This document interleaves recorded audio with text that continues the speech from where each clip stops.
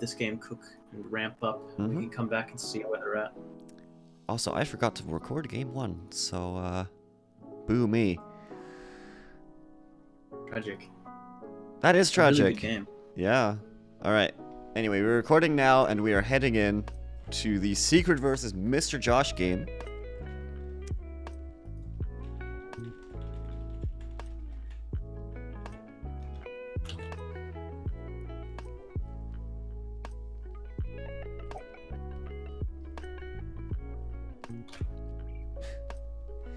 Kawako, welcome. We're doing something different today. We're not actually DJ streaming. We are doing a tournament. Chaos Galaxy tournament with a €200 prize pool.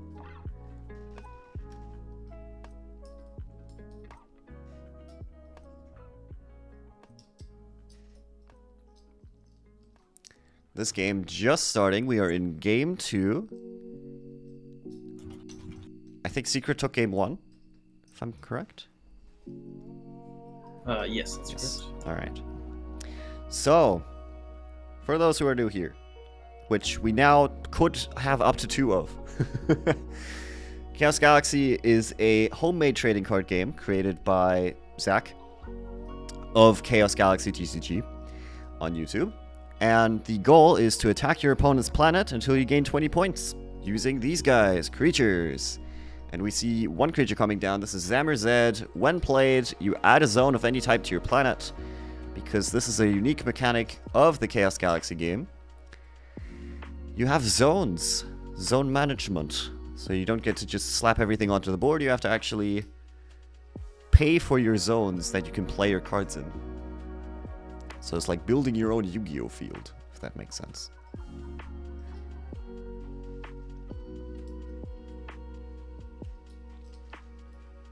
Alright, it is Mr. Josh's turn.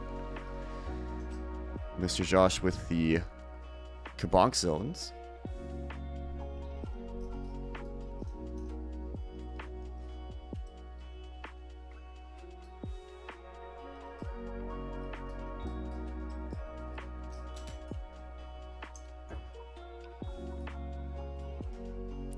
And Mr. Josh just passing turn, just happy to accumulate stars.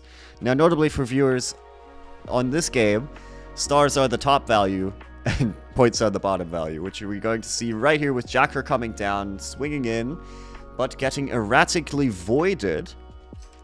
When your opponent's free play a creature with 4 stars or more, kill that creature. That does not work.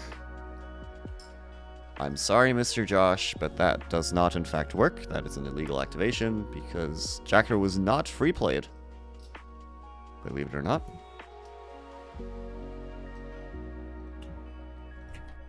Oh, and there I go. Being disconnected again. Alright.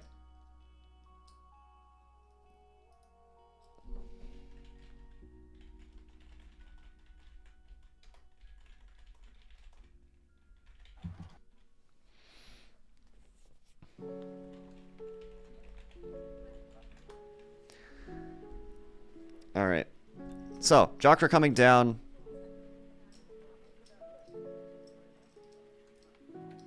Now, I question a little bit how Secret could be at 2 points. Jocker giving 4, usually. Oh, no, there it is. 4 points. Bottom value is points. Now, the reason that you would switch that around is because of hotkeys and stuff. Mr. Josh buying a battle zone and bringing in a new card that we haven't seen today yet. Dark Matter Dustrog.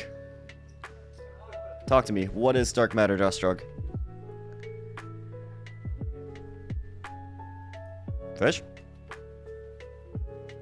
Apologies, I'm just sorting out some Alright, things. I will read Dark Matter Dustrog, no worries. So, Dark Matter Dustrog, one of the boss monsters for the Roka planet.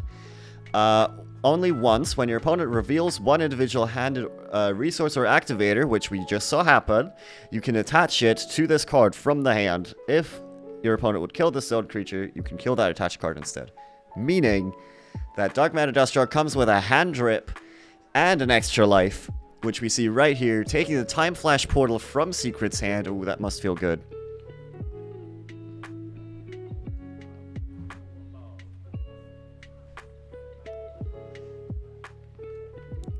Yeah, this is the power of Dark Matter Dust Drug. Managing to generate a little bit of card advantage, which is always important, and also just being kind of hard to get rid of. I say kind of hard because they can... Oh, it gets around to all killing. Now, notably, a Pelfam does still put Dark Matter Dust Drug back in hand, and then, you know, it doesn't matter if it has killing protection because it's not being killed. But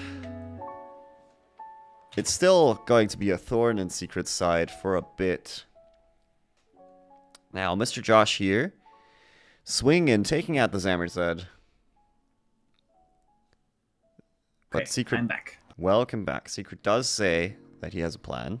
So let's see that plan now in action. Mr. Josh using the ability to reveal a card from Secret's hand. You guys didn't see it on the stream, but I actually saw Dark Matter Dust Drug took the exact same card last game. Oh, that's fun.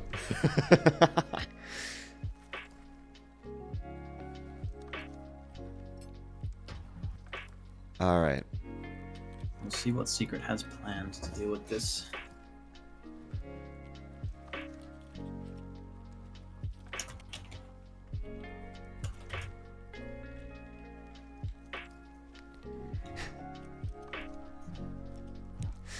Secret saying, if I had $1 for every time I played Pelfam against the Dark Matter Dust Drug with Time Flash Portal attached, I'd have $2. Which isn't much, but it's strange that it happened twice. And ticking down from 10 to 3. Pelfam coming down. Time Flash Portal going away. Dark Matter Dust Drug back in hand. Now, why did Time Flash Portal go to hand? Oh, okay. Secret chooses to bounce the Time Flash Portal, not the Dust Drug. Yeah, so that Secret can get his TFP back to... Yeah, back to hand, and then just take out the Dark Matter Dust Drug the normal way. By brutally killing it. With... all of Pelfam's weird appendages. I don't think people talk about this enough. Pelfam is weird, man.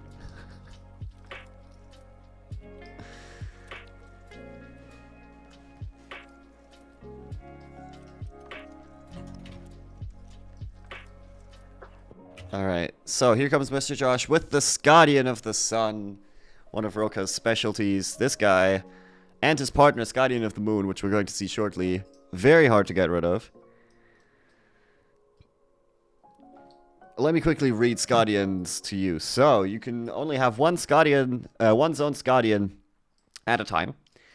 And Guardian of the Sun can not be killed by activators, which are cards that you would play on your opponent's turn. If Roka is your planet, when your turn ends, you can shuffle Guardian of the Sun into your deck and play a free Guardian of the Moon. Well, you can play any Guardian, but it's going to be Guardian of the Moon because there's only 2 right now. Alright. Ka coming out here, doubling Roka's ability and giving hand information to Mr. Josh. So we now know about the Time Flash Portal, which we knew about before, so that's kind of an unlucky hit. But we also know that Undying Blue Flame is in the hand. So, now, Secret, I'm just going to do some quick analysis myself because I've actually played Roka before. Secret now here, in front of a choice. Do I play Undying Blue Flame here for little value, hoping that my opponent can't get rid of it from the board? Or do I keep it in hand and risk it being destroyed by Eye of Evilness? Blue Flame decks, as far as I'm aware, usually only run one Undying Blue Flame. So, it getting killed would be bad. The Undying Blue Flame is actually limited to 1 copy, yeah. Well, that helps. Look, there's a reason you're the analyst, okay? Alright, here comes Scotty of the Moons being brought out. Very interesting. In both games, a Asgardian is on a side of the board right now. It's almost like these two games are actually mirroring each other. It's very interesting. Hmm.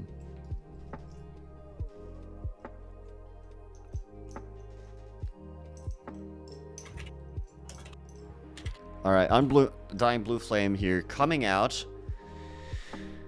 And Jakra coming out with their free play. No, sorry, being cosplayed, but then using its ability, shuffling Blue Flame back into the deck, and then shuffling the Guardian of the Moon back to its galaxy. Mr. Josh, having now read Jakra, understanding what's happening.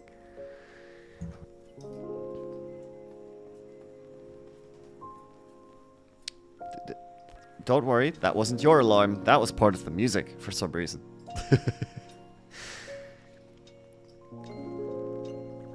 Alright.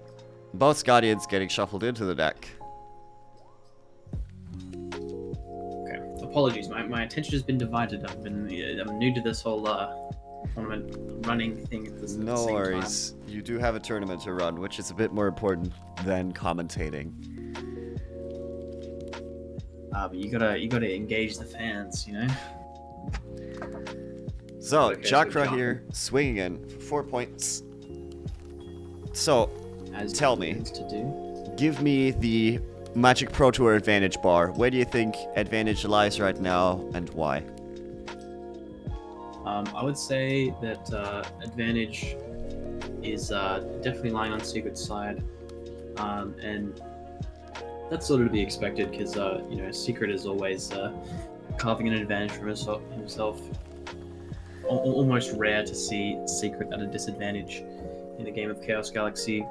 But we have Jakra on the board, just taken another 4 points. Secret has hand advantage and total advantage because the addition of cards on his board. He's still up in cards. He's used less cards in his discard pile, and the Undying Flame is back in his deck, ready to be drawn again. And once he does draw it, it's gonna spell even more damage for Josh. Secret's got a Time Flash Portal in hand, and Shios is just going to be drawing him more cards and making that card advantage gap even bigger. Mr. Josh is going to really need some interesting cards. He's going to need an ace up his sleeve. Yeah, and usually that ace up the sleeve for the Roka deck is the Scadians, but Blue Flame's having their own way to deal with them. So we're going to see what Mr. Josh comes up with here. Currently typing. Okay. Okay, here comes Palfam putting Jakra back in hand. What do you think about this? Is this a good idea to put Jakra back in hand ever?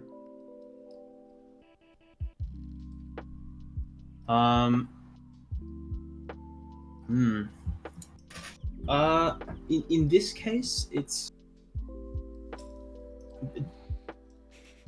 if you putting Jakra back in the hand isn't always bad necessarily, because it can be awkward star economy wise for the Blue Flame player to play their Jakra back, and sometimes they won't be able to play their Undying Flame in positions that they want to. But in this position, Secret's economy seems pretty healthy, and he doesn't really seem too worried about not being able to play Jakra. And here we see Beast of the Black Hole come down, which is going to open up the board and give Jakra another opportunity to swing for 4 points. So this is sort of the downside of returning Jakra to the hand, is it is at core a 4-point attacker, even without the Undying Flame around.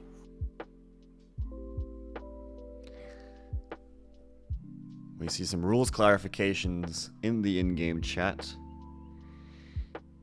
Yeah, now Beast of the Black Hole here, just taking a 1-for-1 trade.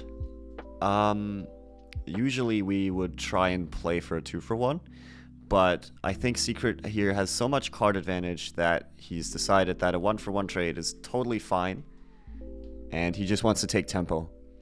So here we see Obsidiblob, which is just a little guy, and Scoria Carrier, which says once per turn you can, if you have 2 or more Shields creatures, you can draw a card. So even more card advantage here. Just really driving the point home, trying to gain as much advantage as possible. Let's see how Mr. Josh could respond to this.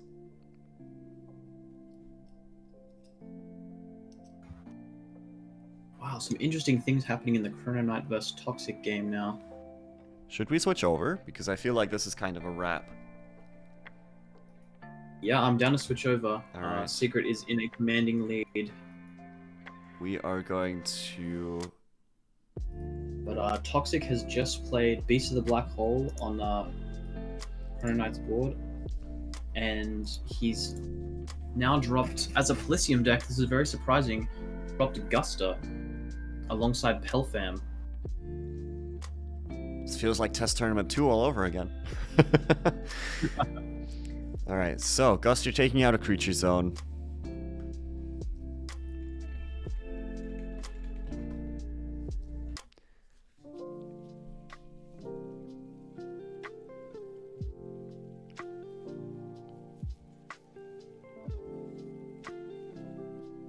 It's going to keep toggling between the games so that I've always got one eye on the other game. We don't miss any of what's happening. So it is currently Chrono Knight's turn, and we are waiting to see what he's going to be doing. Paying 7. This looks like a certain card to me, but I'm not going to say it until it comes down.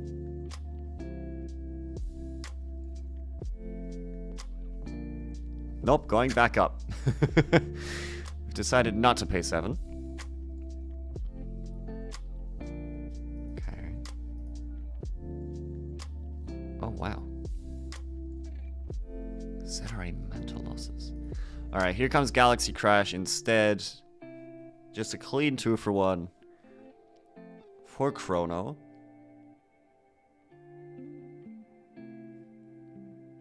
A little behind on the stream, I think. There we go. There's the Galaxy Crash. I can see it now. Yeah, apologies. I cannot run an Ethernet cable, so we are doing the scrub thing and streaming on Wi-Fi. Alright, Graphiax coming in right here. There we go. With the direct attack. Gonna eat a card from Toxic's hand, which is already small, so this has got to hurt. This is gonna hurt, yeah. 1/4 of Toxic's hand ripped away.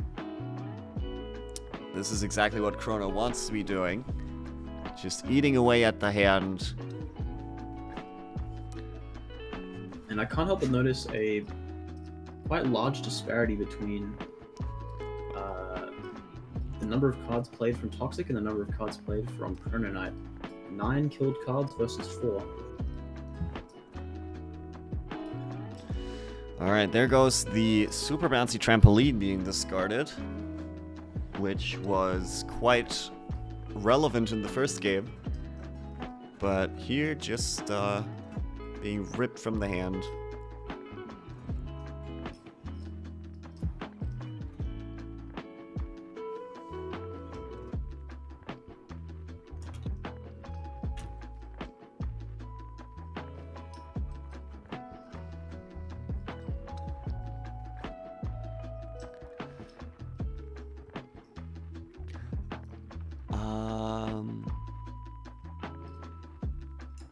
Right. We see a Star Mosaic coming down. I should be paying attention. Which is... means Toxic goes up to 10 stars. Plays a Dark Spark Diabolus. First time we're seeing this card. Now, Darkspark Diabolus says, only once you can kill up to 4 cards from the top of your galaxy. Gain a star for each of the creatures killed that way.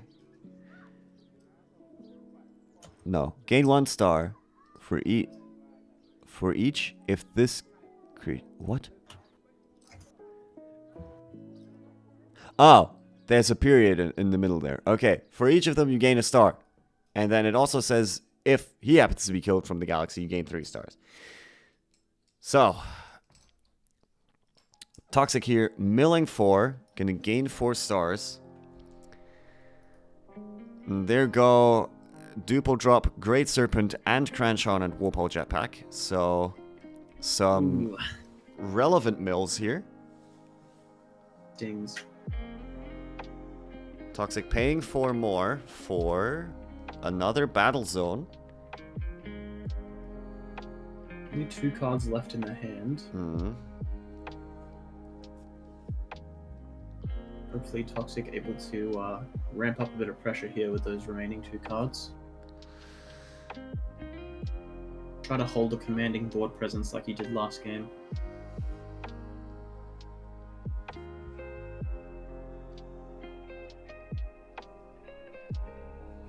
Alright, and buying a battle zone with nothing to put in it. But Darkspark taking out the Graviathax, so that's something. But Chrono just here has just a very strong position still. Toxic potentially playing around Orbit here by spending some of his stars preemptively. Oh, that makes sense. We did see Orbit in game 1.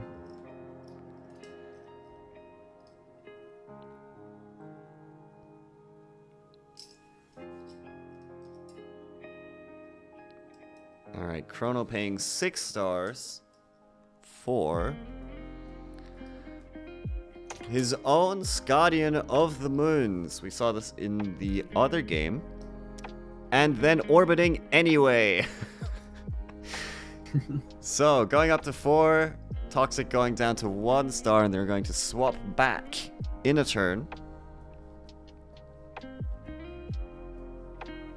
Quite the interesting play, and we're going to get a sneak peek into the hand of Toxic here at the end of turn. Warpole Jetpack being equipped to Guardian of the Moons. Does this work? Yeah, it does work. If it leaves the planet, you get to free play a guy from hand with the same amount of stars. So if Guardian of the Moons shuffles itself in at the end of Toxic's turn, that's just a free 6-star guy from hand from Chrono Knight. So certainly, probably going for the coolest deck award here. It feels like. Alright. Anyway, it's Toxic's turn. Ficador's coming down. We saw this in game 1. When it attacks and kills a guy, you get to summon a second copy of itself. Now, at the end of turn, Warpole Jetpack bringing in a Graviathax. Guardian of the Moons shuffling itself in, bringing out Guardian of the Sun. This... Very interesting play. I wouldn't call it a turnabout, but I would call it just cementing Chrono's advantage in this game. Toxic's play around of Orbit did actually pay off as well, just like a piece of the Black Hole in game 1. We're seeing some pretty aware decision making from Toxic. For sure.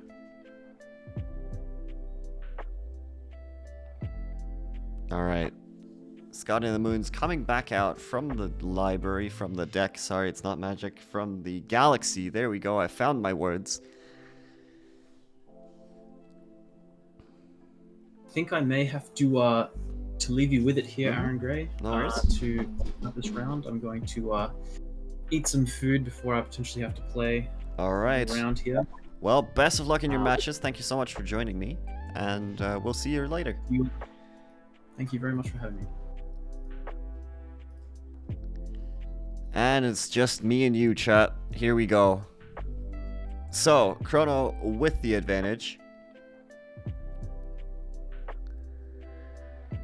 Bringing in Guardian of the Sun again. This is going to hurt. Guardian of the Sun punches for 4 points. Just barely not 5 with 440 power. plus Gerviathak's gonna rip another card from the hand. This feels like a slaughter. Alright. Here goes Ficadorus. No, Rowdy being killed from the hand. And of course not being killed by a Polysium creature, so no stars gained for Toxic from that.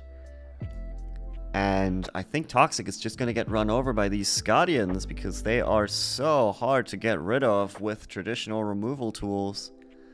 Scadian the Sun going back to the decks. Coming back out. They're swapping so fast.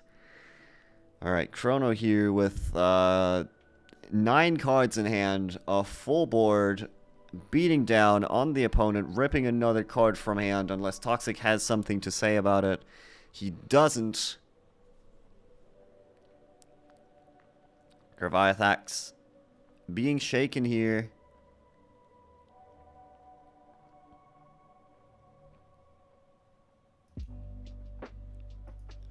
A Star Mosaic being ripped from the hand, maybe not being played just as fodder to protect more important cards.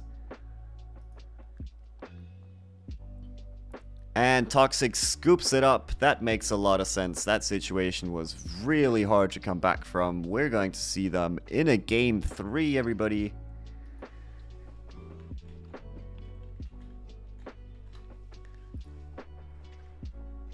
Now, I would love to see what these players actually have in their sideboards, what they get to side in and out. But that might be a case for a potential post-game interview. Maybe. We'll see. That might be something we can do.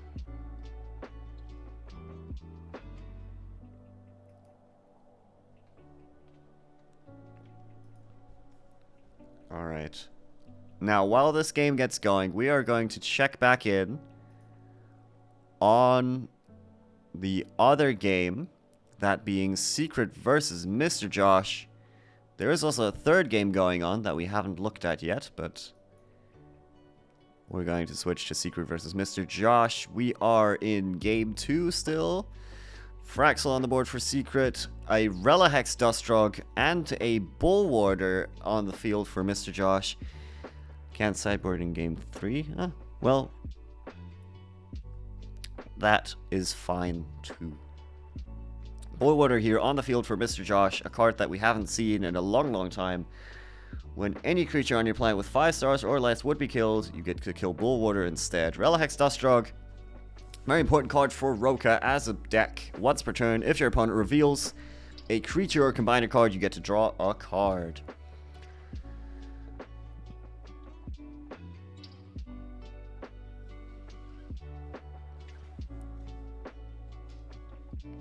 So, Relihex Dustrog attacking the Fraxel, taking it out, giving Secret 4 more stars.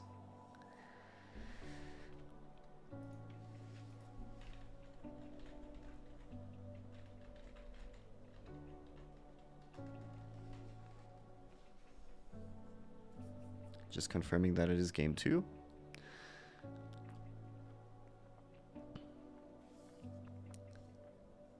Alright, it is still game 2. Now, Secret revealing more cards to Mr. Josh. Mr. Josh drawing a card, so whatever was revealed must have been a creature or a combiner, but let's be real, it was a creature. Combiners, not the most meta-relevant cards. Most of the time. You can make them work, but it takes a special kind of setup that I don't think Secret would have room for in a Blue Flame list.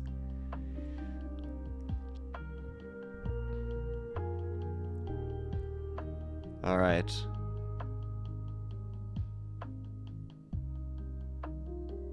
Secret.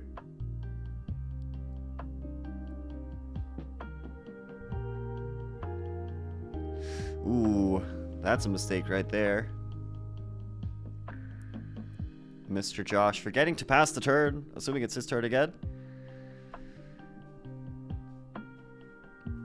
We are resetting the game state, passing to Secret. Alright, here we go. It is Secret's turn.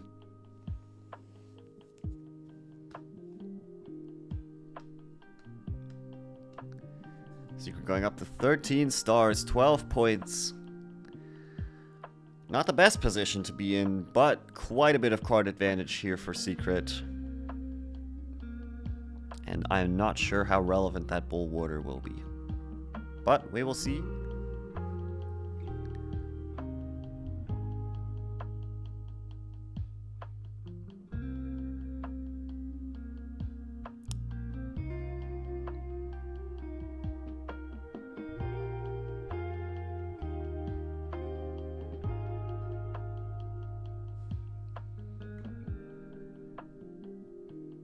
Alright, Time Flash Portal coming down here.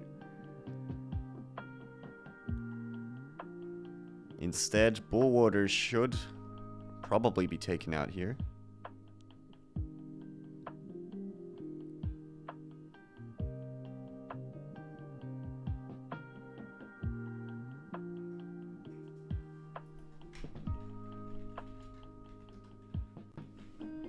Or does Warder only... No, it just says when it would be killed.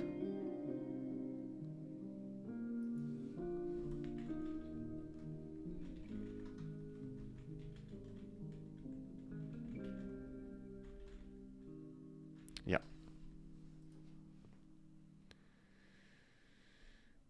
Alright, so we have the full Blue Flame combo here. Jakra and Laji coming out.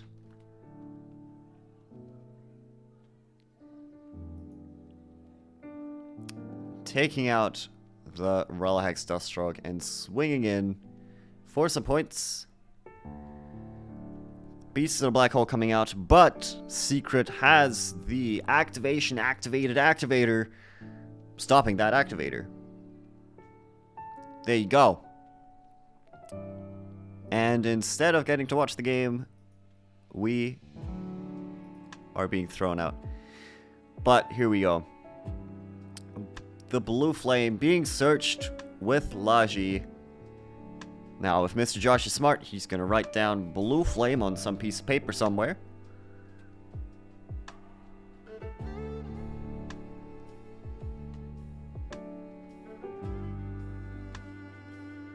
Alright, we see a Galaxy Crash coming down from Mr. Josh, taking out both of the Blue Flame boys, leaving the board open for a potential counter attack. Now, Mr. Josh, very much behind on points, still on 0 points, but 14 stars. So that is, at the very least, something. Relax Dustrock coming in for 4 stars once again.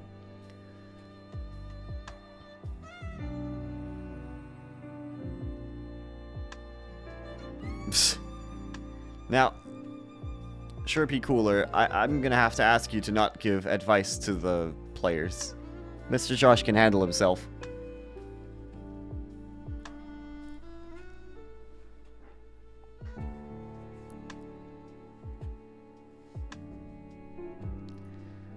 Alright, Mr. Josh, having gained his first 2 points, reveals a card.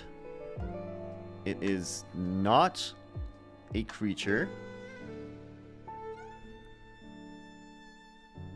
but the second one might be.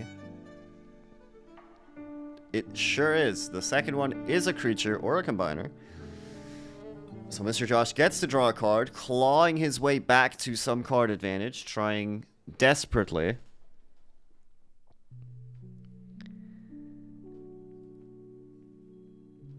Well, the players are not supposed to listen to the stream, so what I say in commentary is different from what you say in-game chat directly to the players. But yes. Now, we have Secret's turn.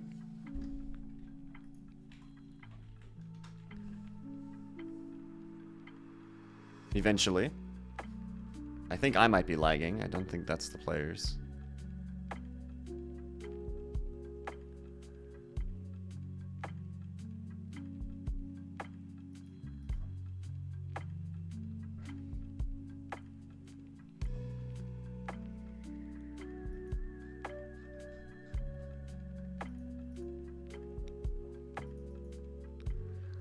I'm going to very quickly reload the page because I feel like... Yeah, there we go.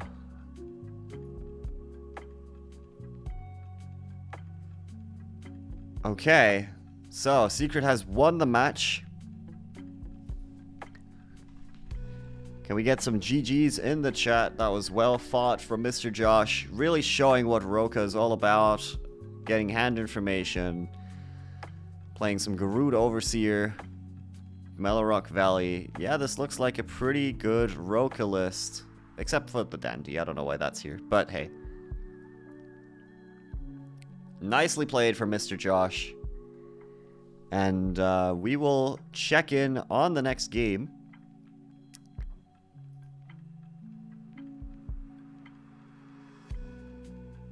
We could check back in on Chrono Knight versus Toxic. Let's do that. We're already invested in that game. Okay, we are joining in a spicy situation. Toxic with their Gobostras on the field, along with a Lightning Squaz facing down a Guardian of the Moons from Chrono Knight. Remember, this is game 3. Both have won one game.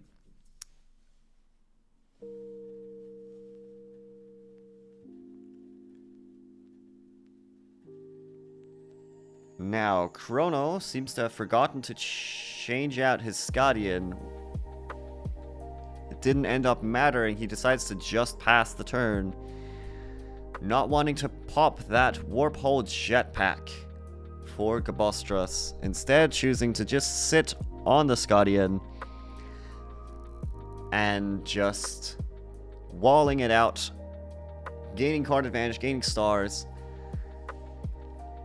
Not a bad situation here at all for Chrono Knight.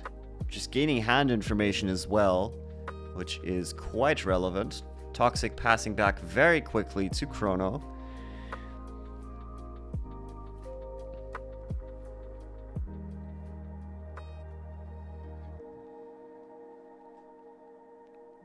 Chrono here once again not changing his Scadian, instead paying 4 for another creature zone.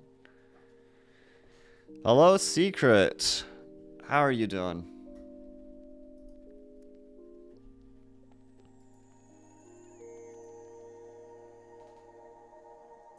We saw the end of your game.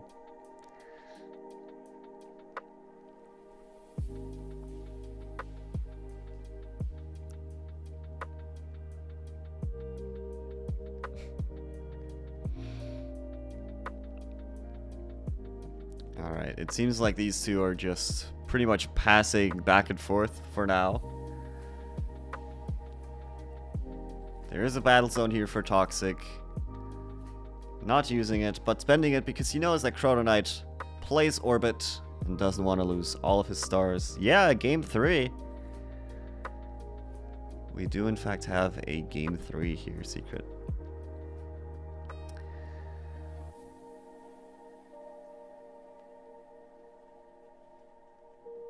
You should have seen game 1. We had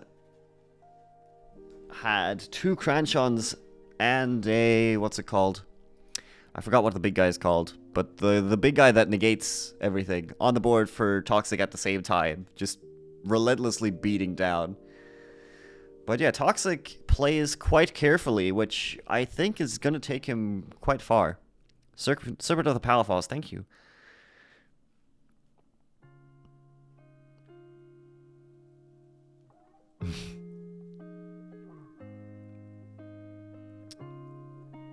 Alright, Chrono here, buying another battle zone.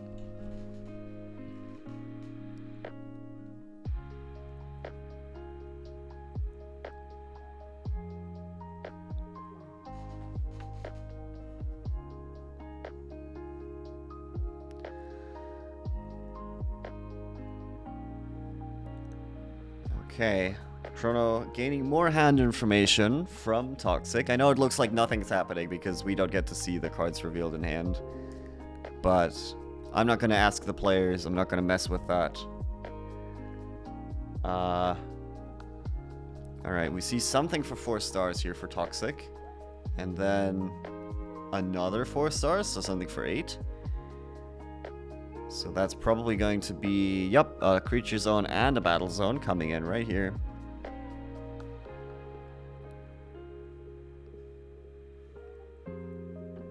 Neither player really wanting to move an inch.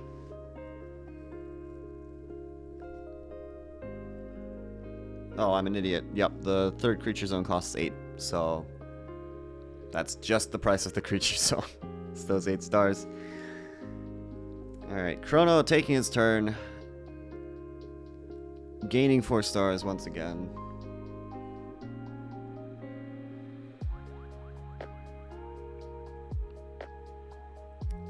Buying a resource zone.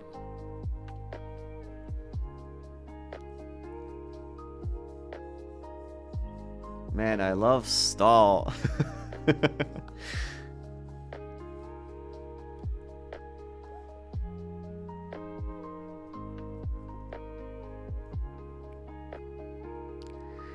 Passing once again. Gonna gain some hand information.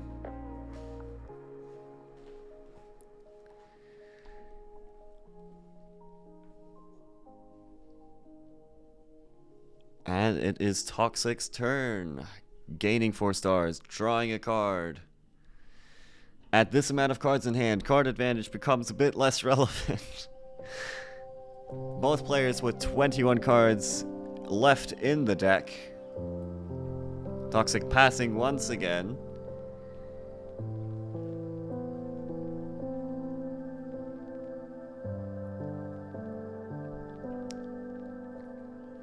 Now, Toxic here doesn't have a way to beat... Why is this particular song so loud? Why? Stop it. You're too loud. Sorry about that. So, Toxic, with current board setup, does not have a way to beat over the Guardian of the Moons. Meanwhile, Chrono would have a way to beat over the Scabostrus, assuming that he still has a Guardian of the Sun left in deck. However, there's a Warpole Jetpack attached, and I believe Chrono might be a bit scared to just outright attack the Scabostrus for fear of what's going to come out of that jetpack. So, neither player really with an incentive to swing here, and instead just waiting, seeing if they find some sort of out from their hand. Now, Chrono has slowed down here, in the tank a little bit, thinking. Back up to 10 stars. Might potentially play a Chaos Galaxy trading card game card in this game of Chaos Galaxy trading card game, which would be insane, because the board state has not changed since we started spectating. Alright, paying 4 for a Guster, punishing Toxic for buying that empty resource zone. 8 stars down the drain just like that. Goodbye, creature zone. Now, is Guster going to swing here? Yes, he is. He takes down the Lightning Squaz, meaning that Guster will go down with it, but that's fine, because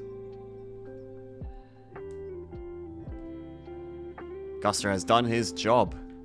He's taken down that 8-star zone. Super P Cooler, I'm not sure how you get to 6 stars. It doubles it. No, it's not +2, it doubles each time.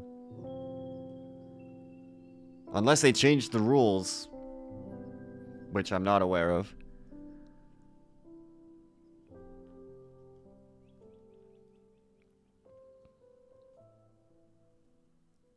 Alright, Pelfam coming down, the game finally moving. It's times 2, yeah. But Chrono with the Super Bouncy Trampoline, putting Pelfam back in the hand.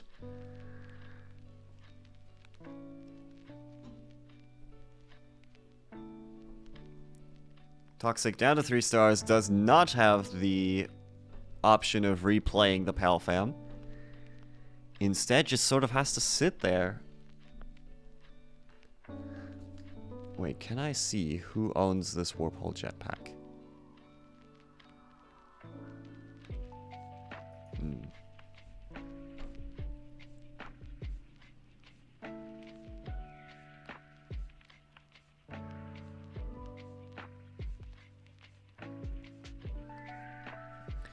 Chrono going back up to 10 stars. Doesn't seem to have the Guardian of the Sun, or he would have played it. I assume. Because there's not a good reason to keep Guardian of the Moons on your field while it's your turn. Because Guardian of the Moons can't be killed by resources, but your opponent can't play resources during your turn. And during your turn, the only stat that's relevant is the power.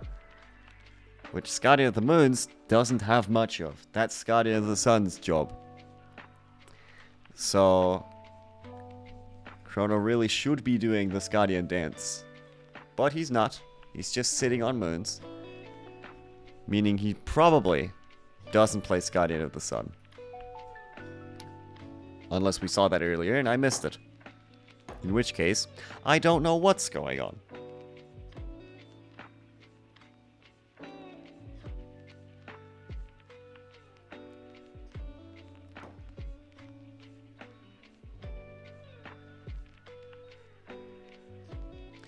Alright, Pelfam coming down again from Toxic, putting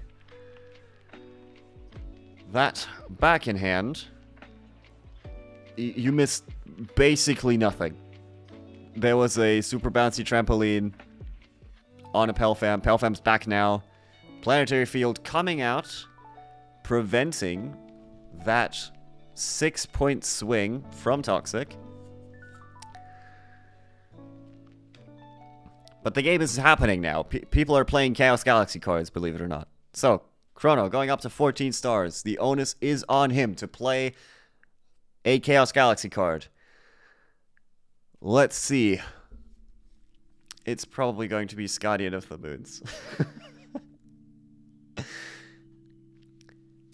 Chrono paying 7 stars. No, it's not. It's Temagorb. Temagrob, sorry. Chaos Galaxy cards being played. Temagrob here. Brutal gets to take out the Pelfam and the Warpole jetpack, meaning that it wouldn't get to trigger.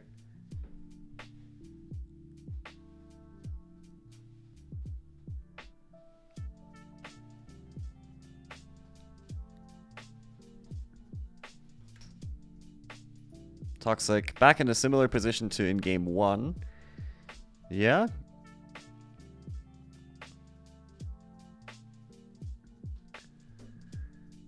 Exactly. Temagrob very good at taking down, at emptying the field, I should say. But once the opponent's field is empty, kind of has a tendency to kill itself. But let's see what Chrono Knight ends up doing here. Right now, deep in the tank, thinking about his options, potentially, maybe, considering playing another Chaos Galaxy card before going to combat. And he does. Here comes Fraxel. Just to sit there, I guess. Alright, Temagrob gonna take out Pelfam and the Warpole jetpack as predicted.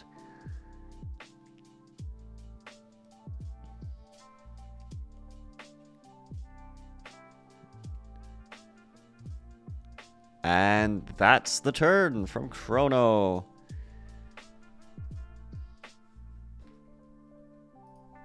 Toxic misunderstanding what was targeted.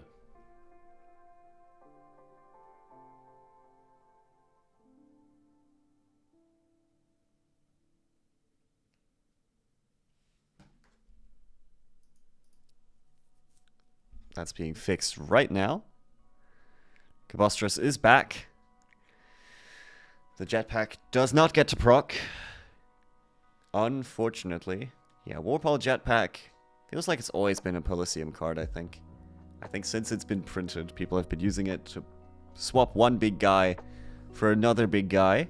Some of the old heads might remember a deck called King. That, as far as I remember, just spams all the big cards. And then just hopes for the best. Along with Warpole Jetpack. I think it even got the card limited for a certain time. I don't know if that's still the case. But here comes Zamerzed, bringing in another creature zone. This time not having... Toxic this time, not having to pay 8 stars for it. Instead, getting it for free.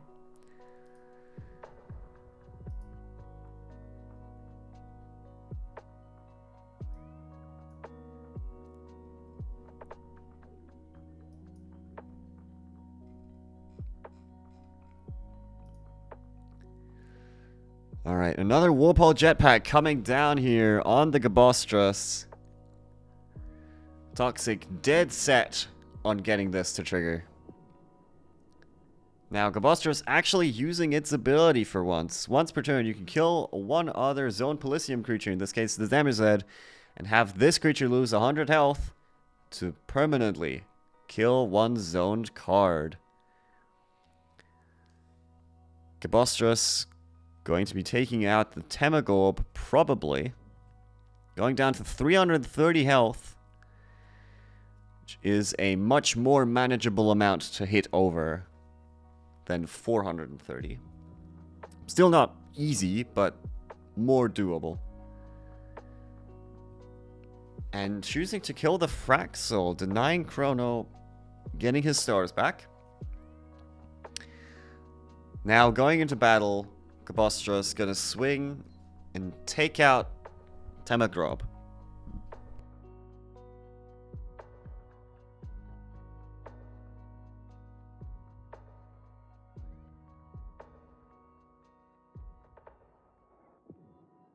And passing the turn back to Chrono.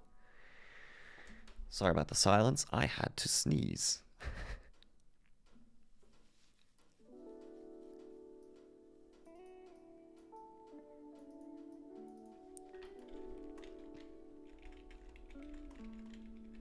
Thank you.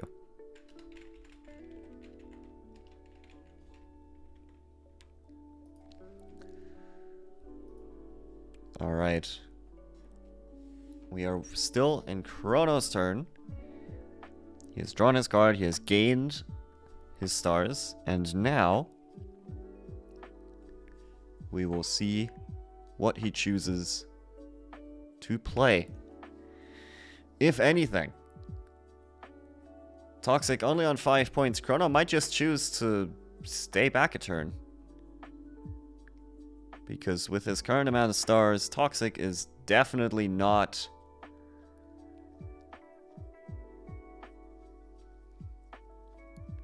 Definitely not going to be winning the game next turn.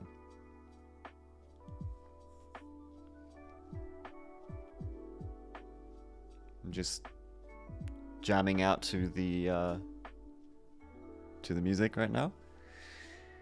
So there's a bit of a conversation going on in the chat.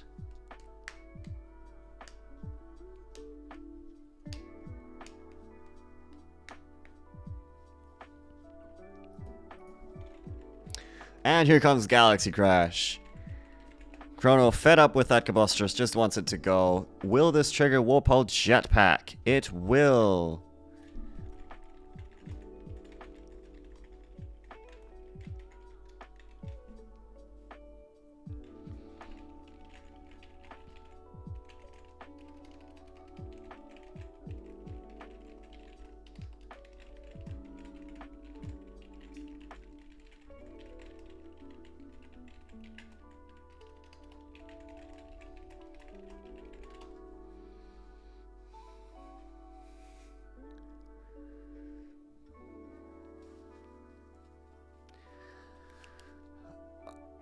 Okay, a lot has happened in the last 10 seconds while I was typing. So, Kranshon came out from the Warpole Jetpack. Chrono then playing a Gravithax Axe to take out the Kranshon. 330 health versus 320 health. 320 being a very important threshold in this game because Palfam has 330 power. So, Cranchon being taken out by Graviathax.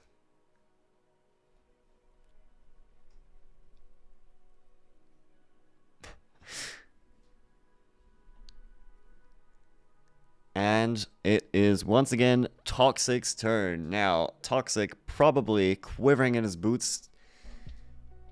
Let's make sure that we don't get into a situation like in Game 2 where we had Graviathax punching in every turn, ripping the hand to shreds. That is what Toxic has to avoid right here. Graviathax, not the hardest guy to take out, only 200 health. And we see Blur of the Palafalls coming in and adding a Palafalls card to the hand. Let's see what it is. It is Rowdy coming in. The Palafalls core, as Fish explained earlier when we had him on.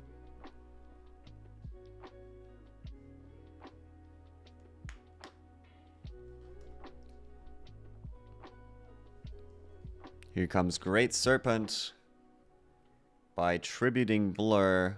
Let's be honest, it is just tributing. It's just a Yu-Gi-Oh mechanic. Port it over to this game. Here comes Great Serpent, going to negate the ability of Graviathax. Not that that's relevant, but taking out the Graviathax, I'm getting flashbacks to Game 1. Chrono, gaining stars.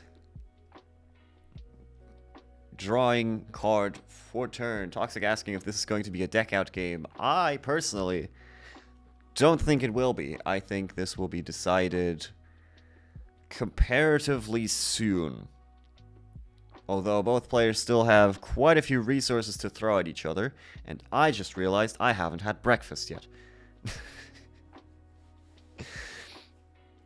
So I might go and throw on some bread in a bit.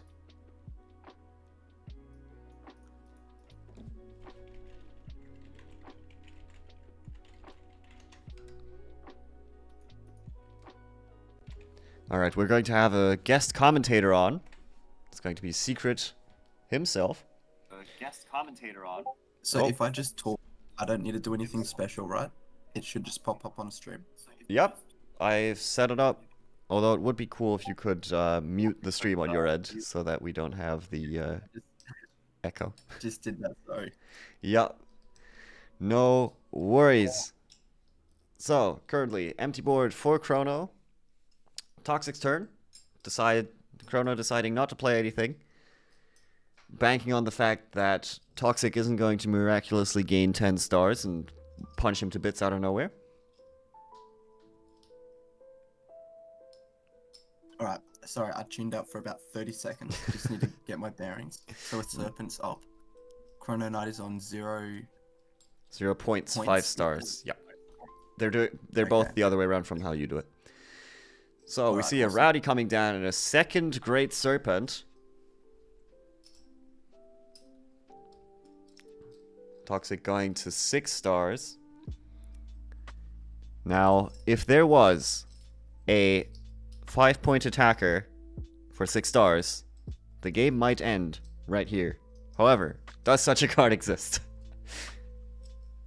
No, I don't believe so.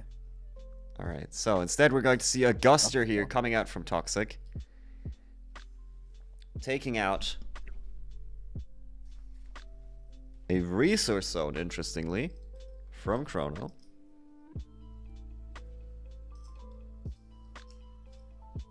I would have thought taking out maybe a Creature Zone or something could have been a little bit better.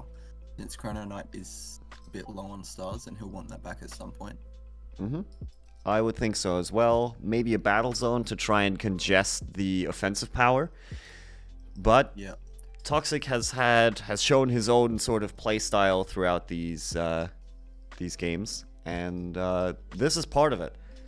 Toxic very careful with his attacks, never swinging in with all the big boys if he can avoid it. Going up to 10 stars here, setting up for lethal next turn potentially. and particularly in a spot like this where Galaxy Crash is gone, so Chrono Knight doesn't have a board wipe. The only board wipe is Beast of the Black Hole. It does make a lot of sense to try and play around that and try and force Chrono to use as many cards as possible to take care of his board. Yeah, and there's no advantage here with swinging for 10 points because it's still a 2-turn clock, right? The game still ends in 2 turns. Yeah. However, here comes Tamagrob, the second one from Chrono, ready to clean up this board. Now, notably, doesn't have enough power to take out a Great Serpent. So, going to have to use his ability to do that. But instead, we see a Time Flash portal here, taking out one of the Great Serpents. But we see a Leviathan Crown played in response. Let me read Leviathan Crown for those who don't know, including myself. When a 7 or 8 star Pelisium creature would leave your planet due to an opponent's card ability, you just cancel that ability. And we see AAA here. Does that work? Isn't the resource zone currently occupied with TFP? Oh, did Time Flash... Was the crown played on the Time Flash portal? It sure was. It was. Should we intervene? I think so.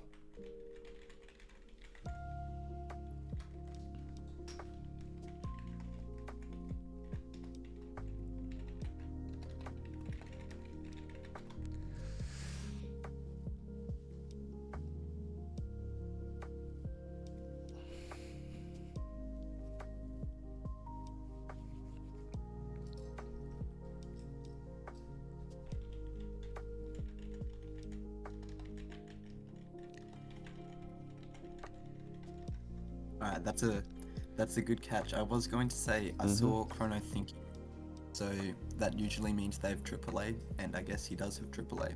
Although I was a bit confused on why he was thinking, because I couldn't quite figure out what he was thinking about, but I guess it's the AAA. Okay, so we have rewound the game state. And now Temagorb going to swing into Guster, take out the negated Great Serpent. Now, unfortunately, I do have to go. I actually really wanted to commentate, but I do have to play a game, unfortunately.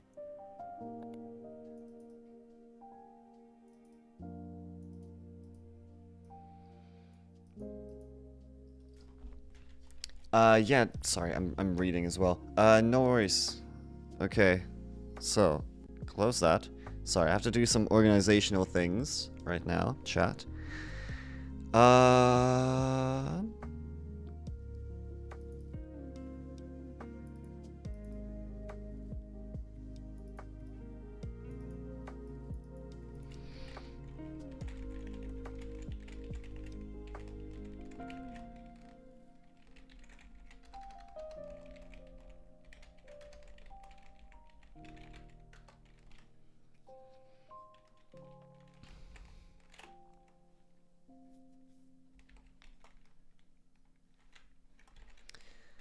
Okay, so...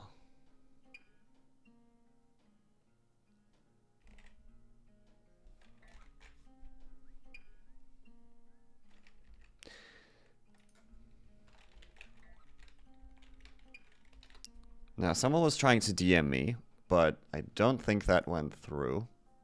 So that's great.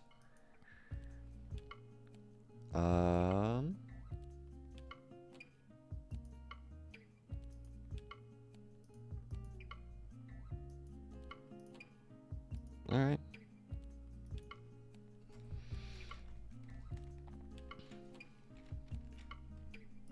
Anyway, the game is still going. Toxic has just passed to Chrono, somehow deciding not to attack the Tamagrob.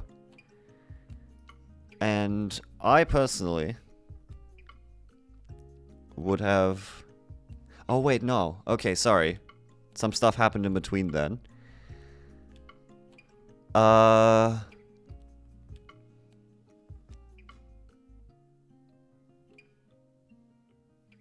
So...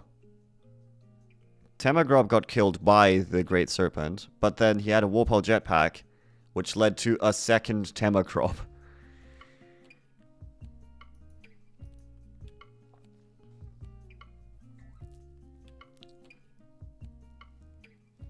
Now, Temagrob kind of has the issue that if it takes out the Great Serpent here, it will then kill itself. So Chrono, thinking here about how to keep Temagrob around, I would assume. So either playing a cheap creature, a permanent resource, something around like that, or perhaps even just not swinging with the Temagrob. There are options. But here we go. Chrono paying 6 for something. Potentially a Scadian. We've seen those before from Chrono.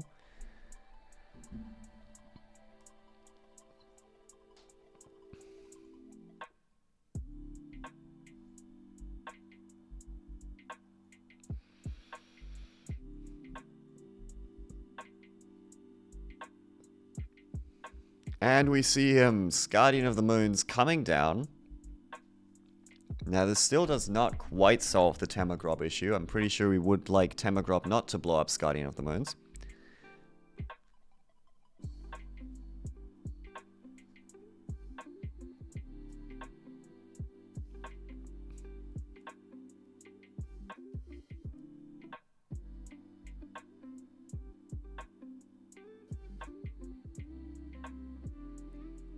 Temagrob's attack, but can't win with its stats. It has abilities to destroy target creature. Good question, Toxic. I don't know. I'm not a judge. Anyway, there's an orbit. So, Chrono swapping stars with Toxic, going up to 6, paying 4 of that immediately to bring back that second resource zone that was Gusted. And here we go. Temagrob coming in. Destroying itself. And not destroying the Great Serpent.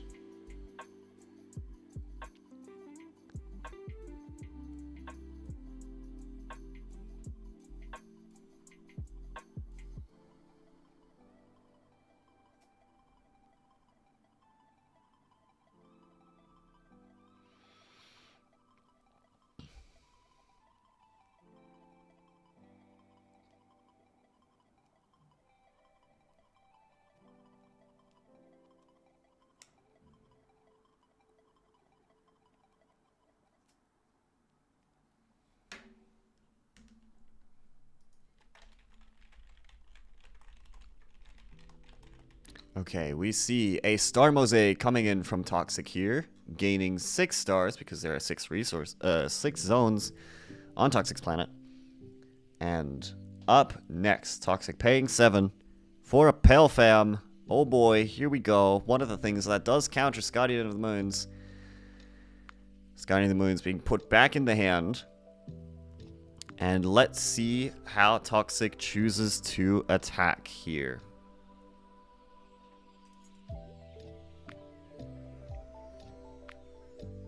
Once it's Chrono Knight's turn, I'm going to ask Toxic if he can reveal cards to stream.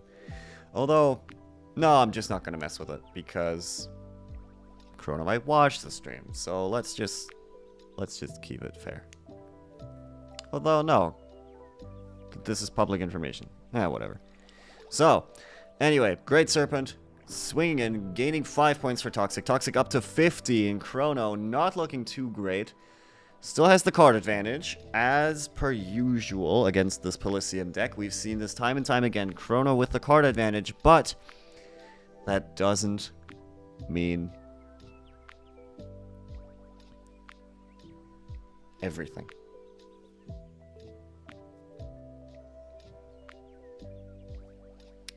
Oops. A star mistake was made. Apparently.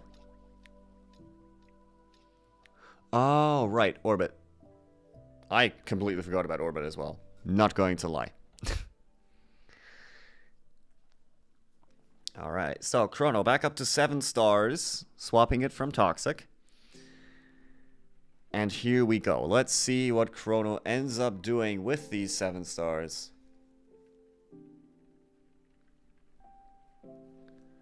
This is going to be a hard position to come back from, because from what I've seen, apart from the Temagrobs, which we've now seen both of, Chrono doesn't run the most amount of removal in their deck. Obviously, we have the Galaxy Crash, the Beast from Black Hole, which we haven't seen yet. But in terms of just hard removal cards, we did not see, I think, a Melorock Valley from Chrono. I might be wrong. And I don't think we saw an Eye of Evilness either. But here comes Palfam for 7 stars, bouncing the Palfam to the hand. Now, Palfam Wars are interesting in that players only gain 4 stars per turn, but Palfam costs 7.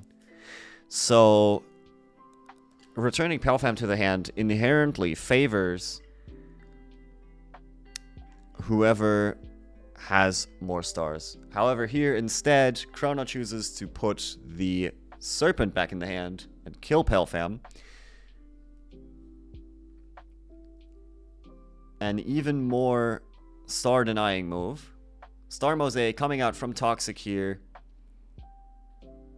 Once again, going to gain 6 entire stars. And we might see Serpent come out again here. In fact, this turn, if Chrono doesn't have Beast, this might be the last turn of the game. No promises, but it might be. Chrono on the big ol' 0-0, by the way. 0 stars, 0 points. That doesn't have to mean that he's losing, but it's not a great look. Toxic here paying 8 entire stars for some reason. It should... Okay, so Forsailsai has been played, meaning you can pay 7 stars to bring the Palfam to your side. But 12 minus 7 is 5. There we go. Toxic has managed to do the math.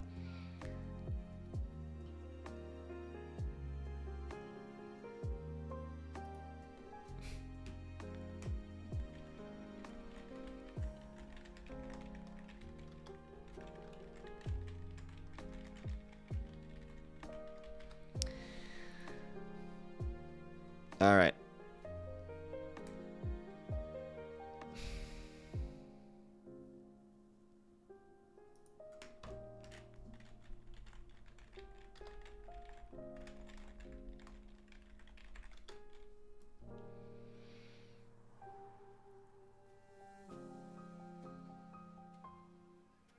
All right, Chrono decides to give up here, scooping the game. Can we get a GG in the chat? We have Toxic winning the set 2-1. Well played to Toxic, navigating this game.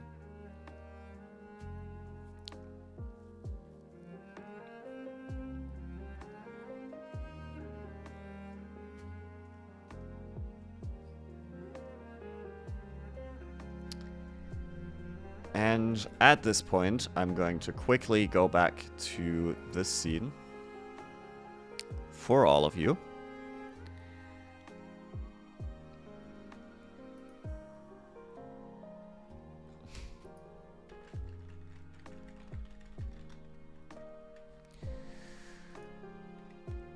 All right.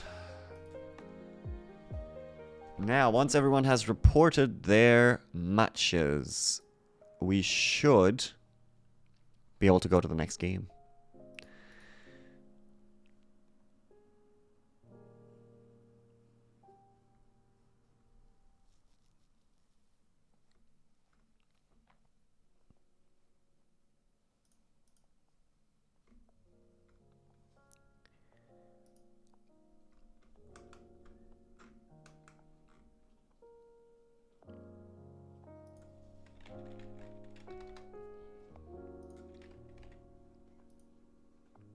All right.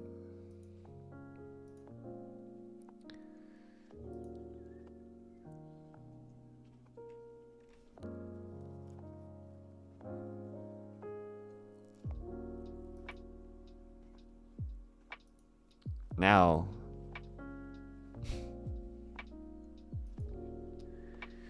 we do already have our next game. I was kind of hoping I could go grab some food. But I'm just actually going to leave you alone with this game for a moment. Go grab some food and be right back. But we are watching Secret 27 versus Professor Day. There's already a lot of stuff going on. There's a Ceteray Mantelossus with a for sale sign. There is a Paju Pajuru on the field for Professor Day, which we haven't seen before. It's on the field because it can come back when a big boy, that's what I call creatures with 7 stars or higher, are killed.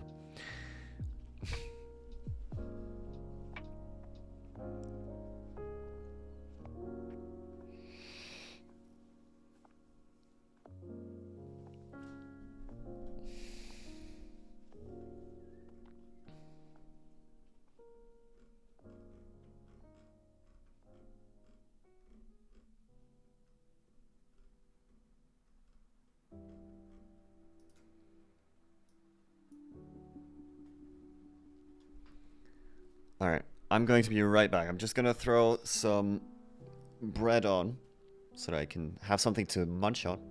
And I'll go grab some water as well. I'll leave you all with this game. I will return shortly.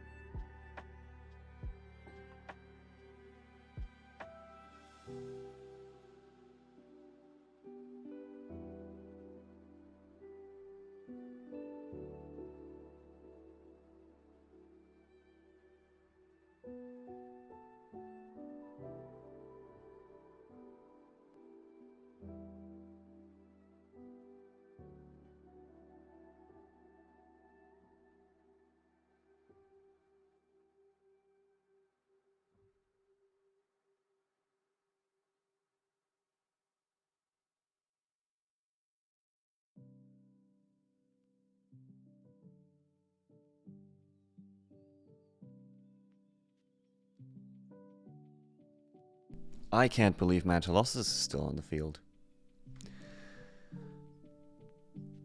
Alright. So, there's the Abomination Tomb, everybody. Abomination Tomb.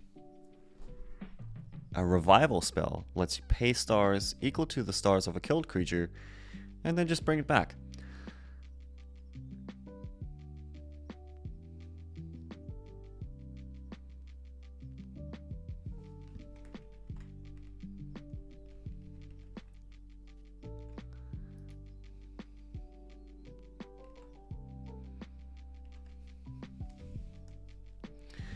Alright, here we go. Forces of Justice coming out. You can only play, can only play this card if you have killed creatures from at least 3 different planets, excluding no planet. Add 1 killed creature with 4 or less stars to your hand. Bring back Thorngebok. What a classic card right here. 60 power, 10 health. Basically free to kill. But when he is killed by an attack, you get to draw a card.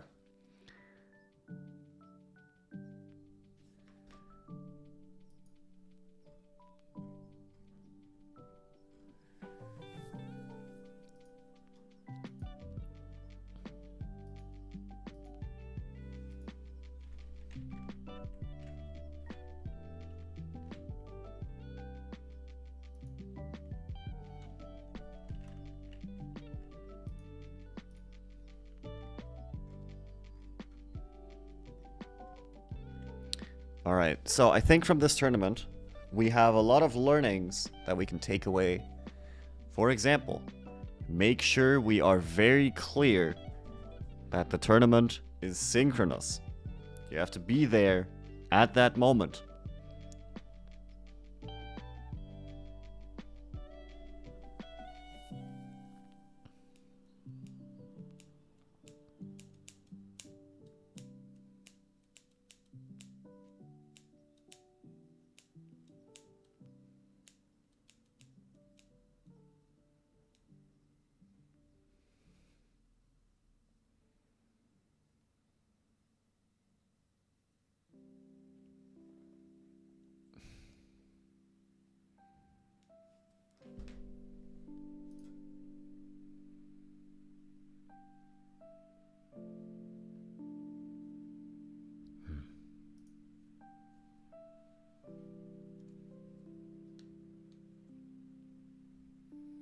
Alright, here comes Pelfam. Gonna put the Abomination Tomb back in the hand, which then kills the Zetare Mantelossus. No, wait.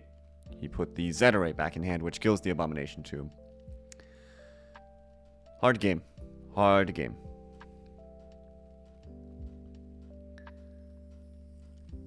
And the Abomination Tomb then eats Zetare Mantelossus. This is one of the less intuitive rulings in this game, but Abomination Tomb says when this card becomes unattached, you kill the creature. So because it became unattached, the Mantelossus is dead. Now, because Mantelossus died, here comes Paju Pajuru.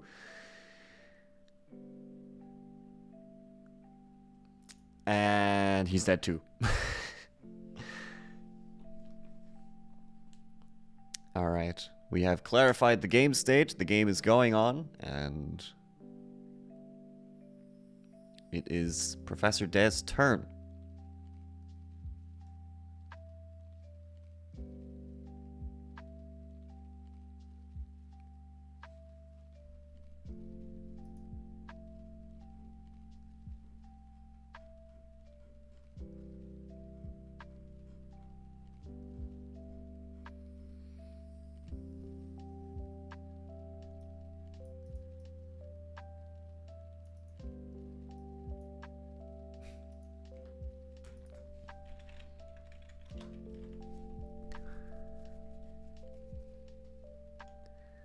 Alright. A Galaxy Crash has been played. And we now see something. A Hammerhead Sharkling.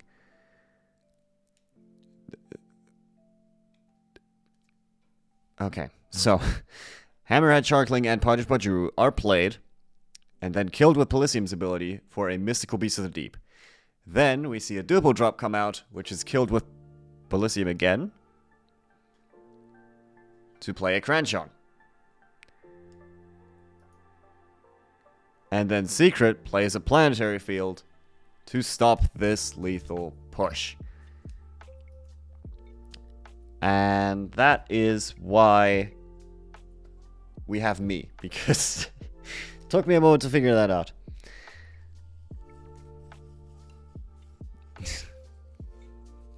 Professor Deb probably wishing he had a Guster with all these empty zones. Probably. Speaking of, here comes Secret with the Guster. Taking out a creature zone. Passing the turn. Secret up to 15 points. Professor De up to 13 points. They're using different systems for showing which one's the points. Okay, here comes Rowdy. Actually big enough to take out the Guster on his own. Does not need to be tributed.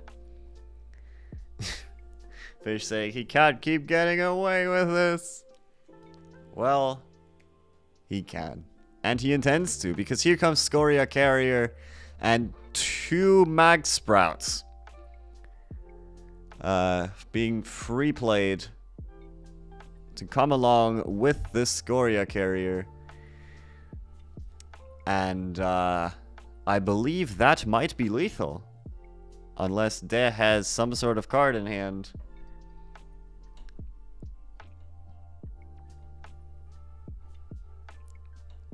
No, that's not quite lethal. It should be up to 19. Oh, no, that is lethal. Okay. Right, the Time Flash portal takes out the guy, and then all three swing in. Yep.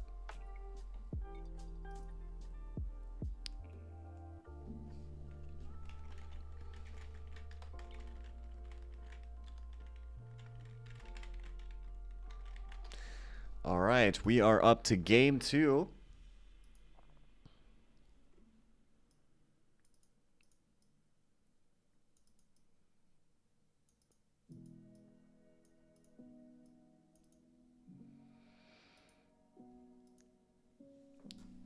Alright. Game 2 is happening, and while that game ramps up, I would switch game, but instead, I'm going to quickly go get some food, because I have not had any today, and I am hungry. If someone wants to hop into my call and guest commentate, especially while I'm gone, feel free.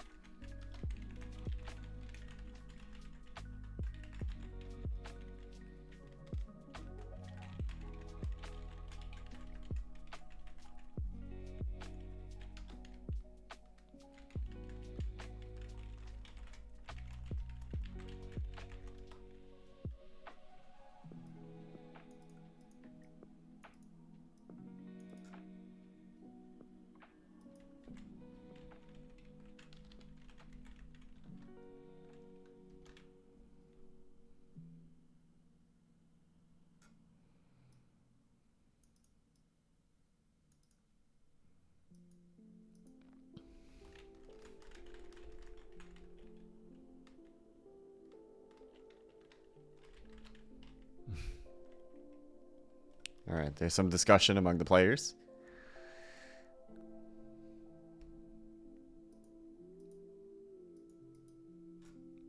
Alright, I'm going to be right back.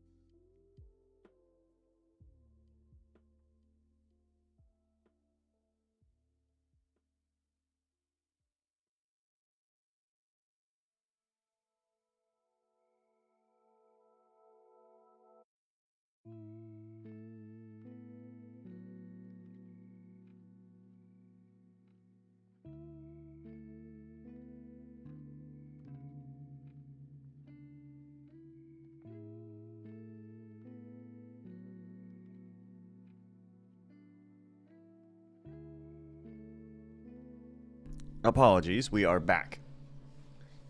And the second game has started.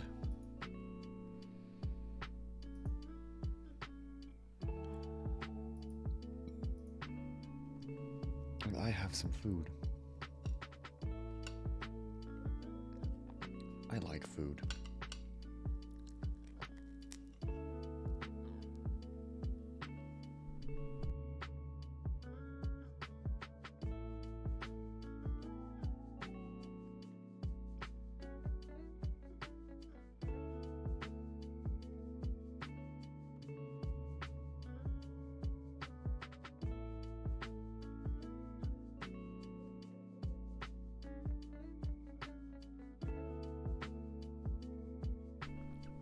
Okay, we see a Zamrzed coming in, bringing in the zones and taking out the duple drop. You never really want to leave duple drop exposed if you can. But here we are.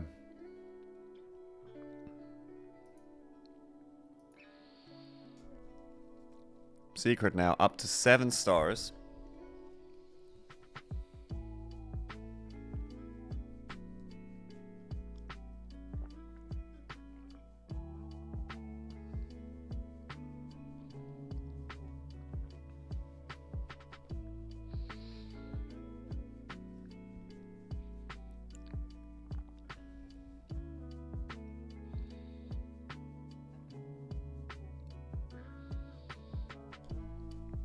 While this game is ramping up, let's actually check on some other games.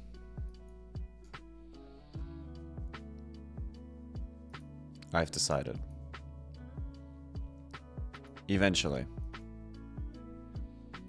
Yes? Come on. There we go. Alright, we are going to be spectating Harry Knight versus Toxic. Also, where did the secret game go?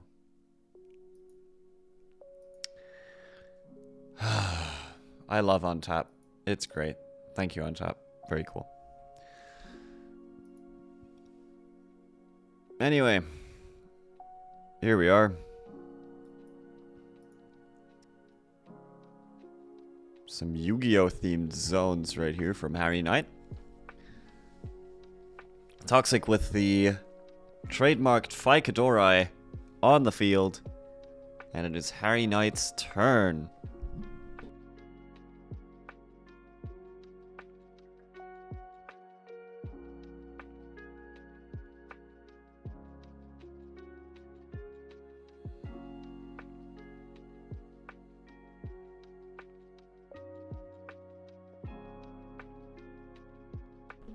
Palfam coming out, putting one Ficadorus back in hand, the other in the graveyard, with the steel chair. Well, not really, but you know. It is Toxic's turn. Drawing a card, gaining 4 stars. You know the drill by now.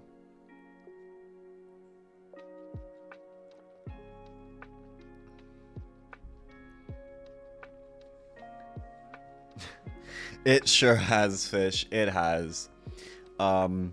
I've learned a lot in terms of tournament organization. First thing is to clarify very clearly that it's a one-day tournament and what that exactly means. Alright, so we have Rowdy coming down and being immediately tributed for Great Serpent of the Palafalls. We saw this play previously. Toxic actually going up on stars in that exchange. Going in, punching down on the Palfam. Unless something else gets played first.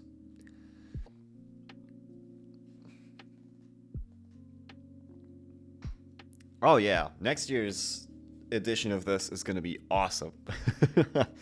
We just gotta announce it early enough and make sure that the rules are very clear. Yeah, this year has been an organizational disaster but next year will be great.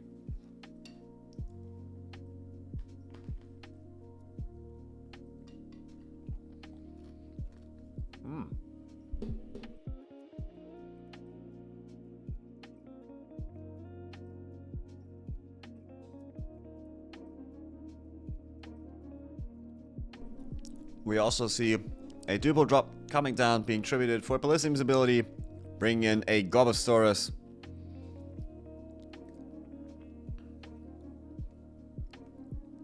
Toxic also buying another creature zone before swinging in. Here, maybe playing around orbit again by buying this empty zone. Not sure that's the best idea, but playing carefully. Beast of the Black Hole, still a card that Harry could have. So just letting the Gobosaurus take out the Pelfam and not worrying too much about gating points right now. Just trying to establish board control.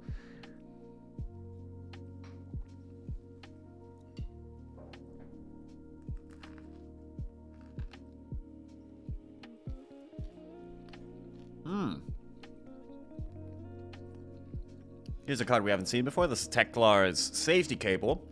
Put one-handed Teklar or combine a creature on top of your galaxy. Shuffle a zone card into its owner's galaxy. So Gobosaurus is going to be shuffled back into the galaxy for the cost of this Tekla Hydron being put on top of the deck for Harry. Speaking of Teklar, let's take a look at Teklar. This is the newest planet in the game. That's not saying much because it was... Well, actually, it was introduced in Pack 4, so it's still comparatively new. Once per turn, when you cosplay a Tekla creature, you can look at either the top or the second from the top card of your galaxy. There you go. You get information about your own galaxy. And here we see an Enderman's Telescope. You get to look at the top card of your galaxy. If it's a creature, you add it to your hand and gain stars equal to the stars of that creature. If it's not a creature card, you kill it. But here, of course, we had a Hydorron on top, meaning that Harry just gained 9 stars, which is pretty ridiculous. And here comes Hydorron with 9 stars. This is a so-called Chaos Beast. This is the first one we've seen this tournament. You can only play one Chaos Beast in your entire deck. This card cannot be free played. If Tekla is your planet card, this card can enter 2 battle zones per turn. When this zoned creature, something something, it was too busy entering 2 battle zones for me to read it.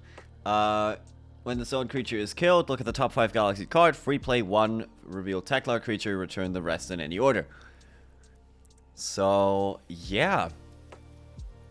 That's Hydorron gaining Harry a big 4 points right there, going up to 6. Toxic now up to 6 stars.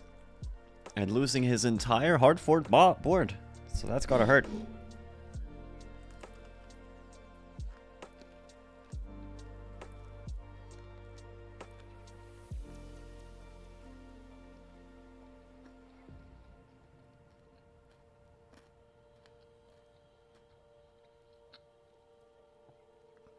Sorry about the eating noises. We see Lightning Squaws coming in. Gonna just sit on the board. Well, unless this Guster comes in for Toxic. Going to take out the second creature zone. Trying to make sure that Harry doesn't pull out a second big creature. I'm just gonna sit there. Now, if I had an analyst here, I would ask, would it make sense to run your own Guster into Hydorron here, just so that Harry has to either just pass or is funneled into attacking the Lightning Squaws? But I don't think that makes sense now that I think about it some more.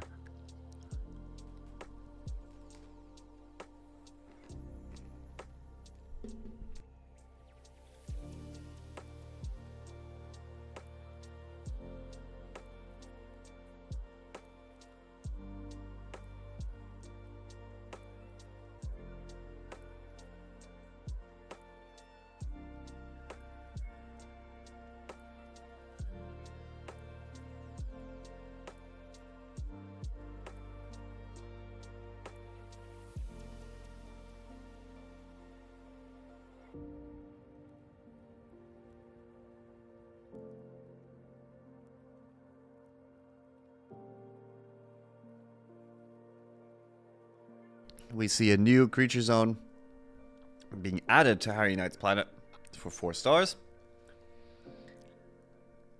And let's see if there's even a need to play anything. I feel like Hydoron just solos here. Although that Lightning Squaws is, of course, a concern. So there's an argument to be made to just leave it. And that's what we're seeing here. Guster is taken out. The Lightning Squaws is left on the field. No need to take that down. So Harry probably just going to wait for something else weak to show up to take out the Lightning Squaws. Yeah. Passing back to Toxic, and let's see what happens.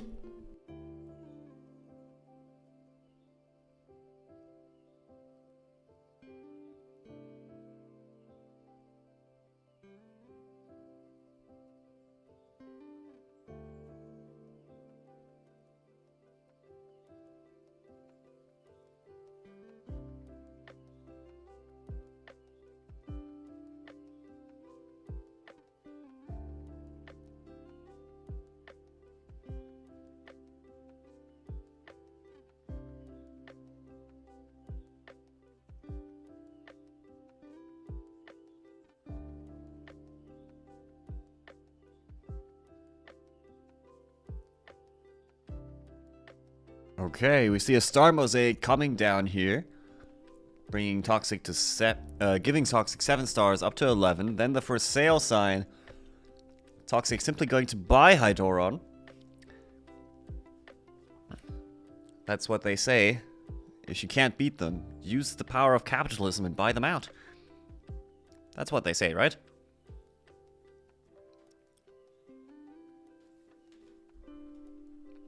Right, Hydoron only able to attack once because Tekla is not your planet. Is not Toxic's planet. But Toxic gaining 4 points. I'd say that's a good start. Now, Harry does have the points, the stars I should say, to buy Hydoron back.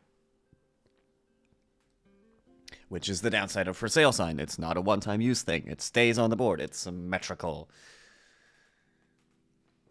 So, let's see what Harry decides to do.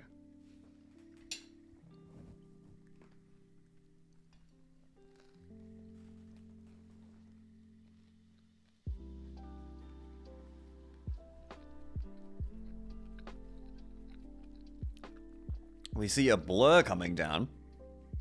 Now, please notice that Harry is not in fact playing Polysium. So, this is interesting. Searching out Rowdy. Okay. So, I mean, I guess the base Polysium, the base Palafal's cards just work without having to be on Polysium themselves. Alright, but Harry just passing, choosing not to buy Hydoron back, just gonna leave it on Toxic's field. We'll see if that works out for him.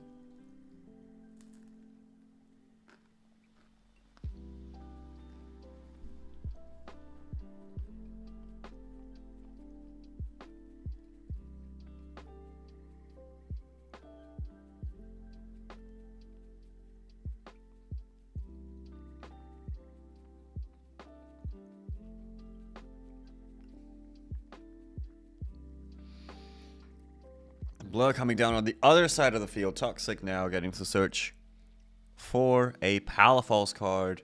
We're probably going to see Rowdy again. Yes, we in fact do. There's Rowdy being added to the hand.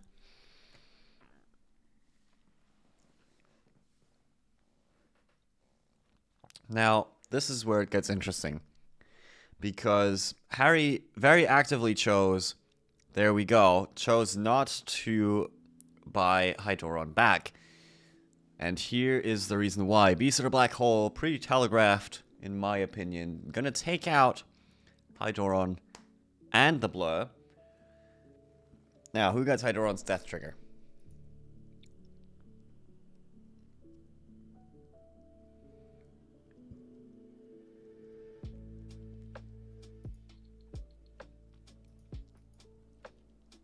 I guess Toxic choosing not to.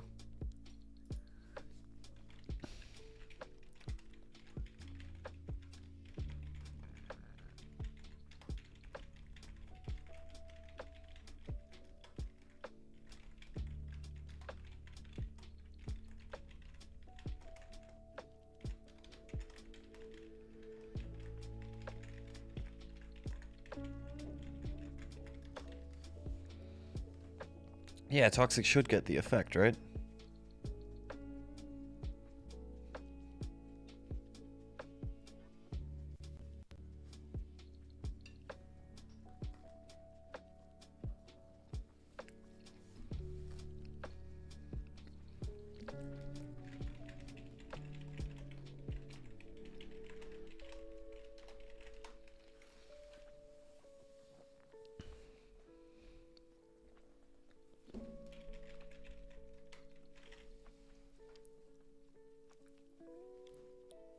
Okay, so Toxic going to rearrange the top 5 from Hydoron's effect, and meanwhile, we can look at this beautiful alternate art for Fraxel. Done by Kiro, who also has his own trading card game, Quest for Dominion, that he's currently working on. And he's done some very good YouTube videos on it. I recommend you check those out. After this tournament, of course. Haha. Anyway, here comes Zamerzed. Adding a resource zone to the planet.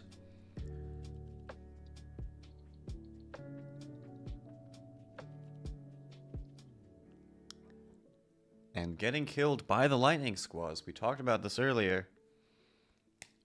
Fraxel giving Harry Knight 2 points. And it's back to Toxic.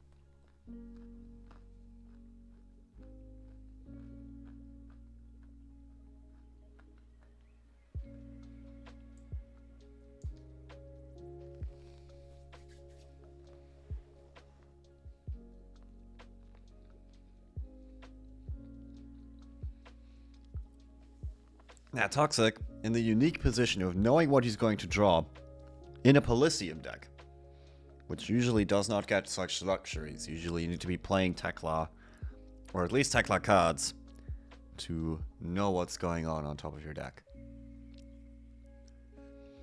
But such is the power of For Sale Sign. Very good card. And here comes Rowdy. And closely followed by his great friend, the Great Serpent of the Palafals. Taking out Rowdy, giving Toxic 3 stars back in return, and negating Fraxel's ability, meaning that's 4 stars down the drain right there. About to be eaten. Nom nom nom nom. Yummy stars.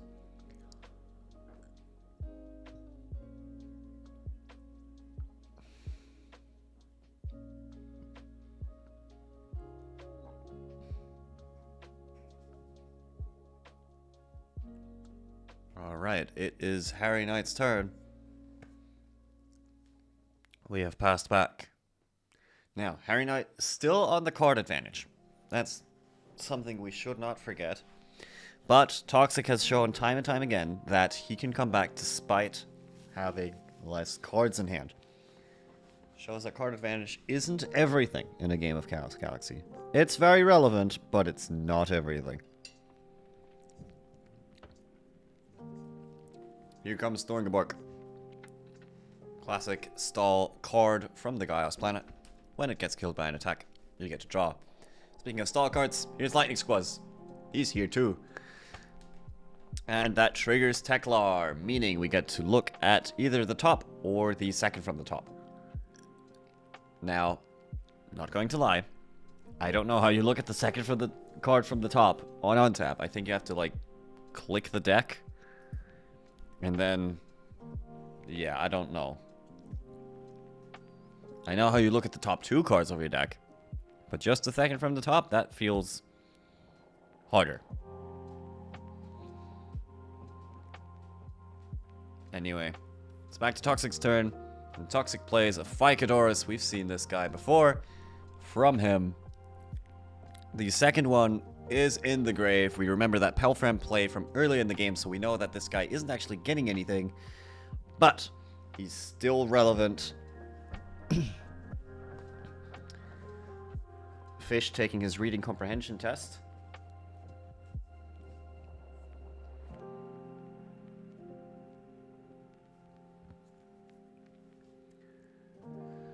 Alright, Ficadorus taking out the lightning squaws, question mark.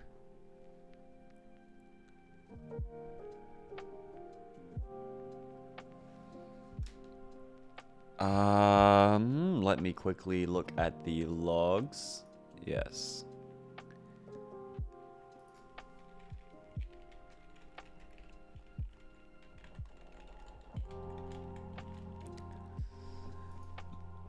Yeah, Fish, you gotta use Poke Start if you wanna Poke Start.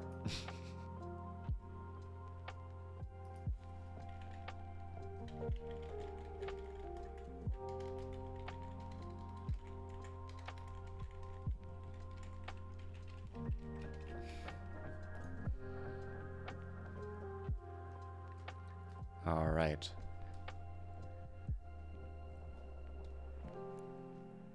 Harry here with the Galaxy Crash, just going to remove the Black Serpent. Sorry, the Black Serpent? The Great Serpent, but here comes Leviathan Crown, and it's being countered by Activation Activated Activator. This time, legally. Unlike when we had Secret here commentating, this time, there's a zone for it. Activation Activated Activator, gonna eat the Leviathan Crown. Galaxy Crash goes through. Gets to trade with the Great Serpent. Both players, 2 cards down.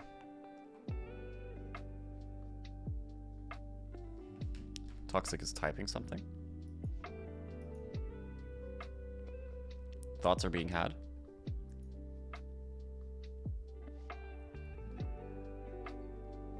Toxic has a rules question. Fish, if you're there.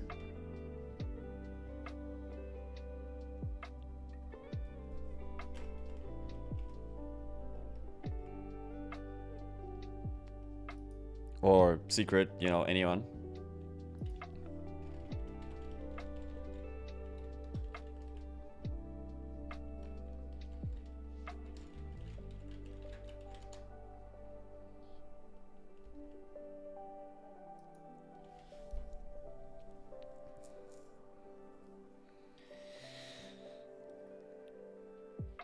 Alright. We have a judge coming in. Leviathan Crown 2 can be played in this spot. And here comes the second Leviathan Crown. Preventing the Great Serpent from being destroyed. This really shows the importance of having great available judging staff, everybody. I say staff like they're getting paid. They don't get paid. They only get paid if they win.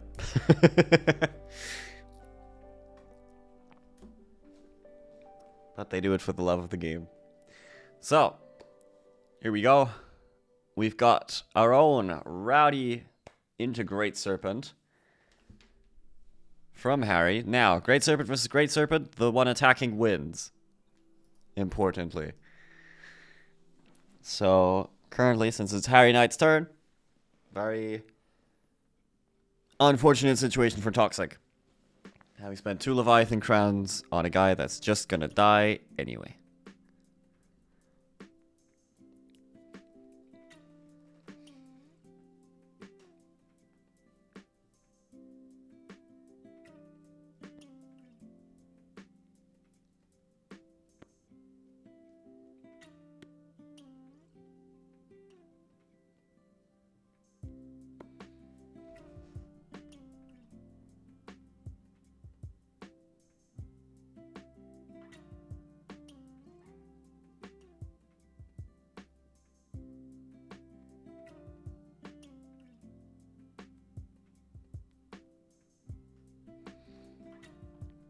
Sorry, I spaced out, and suddenly there's an Abomination Tomb on Harry's field, bringing back the top scanner, which is a card I've never seen before. Only once, when you look at the top card of your galaxy, and it's a Teklar creature, you can return it to the bottom of the galaxy and draw one card. That's an interesting card. But now it is Toxic's turn. He just had his Great Serpent blown up. So the question is, what happens now? The answer is good old Pelfam.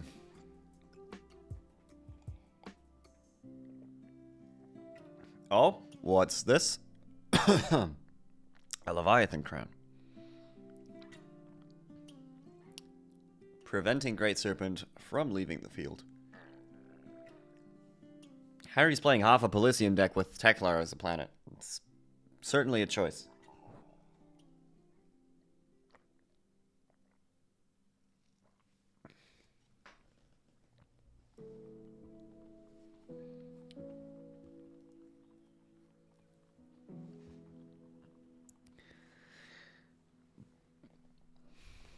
But yeah, a little off topic. I feel like Chaos Galaxy has really come into its own in the last few sets.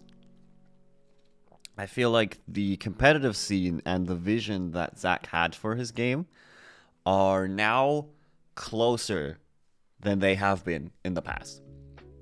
So I feel like if he comes back to it with fresh inspiration from having made his current game, he will hopefully find a scene that is ready for new cards, and that gives him enough inspiration to actually make said new cards.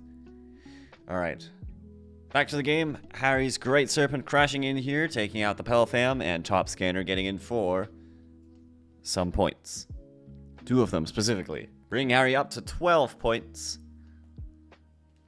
More than halfway to that magical winning number.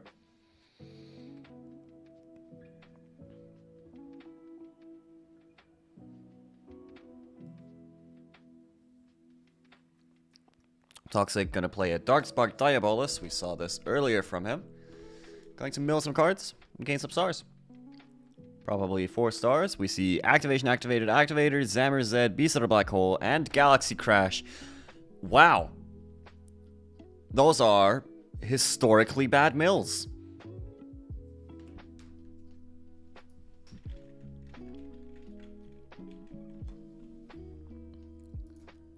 Both Beast and G-Crash and the Activation Activated Activator? That's 3 of the limited cards. Zamazed's fine, but like, my goodness. That's quite the thing. Alright. This changes the game quite a bit for Harry, because he can now attack and play out cards much more freely without having to worry about Galaxy Crash or Beast of the Black Hole. Sure, Planetary Field is still there. That can change things, unless it's already been played, but it has not. That can be relevant, but it's not even close to being as relevant as Beast and Galaxy Crash. So now with basically all the removal taken care of, this Great Serpent is free to go on a rampage here. This is not looking good for Toxic.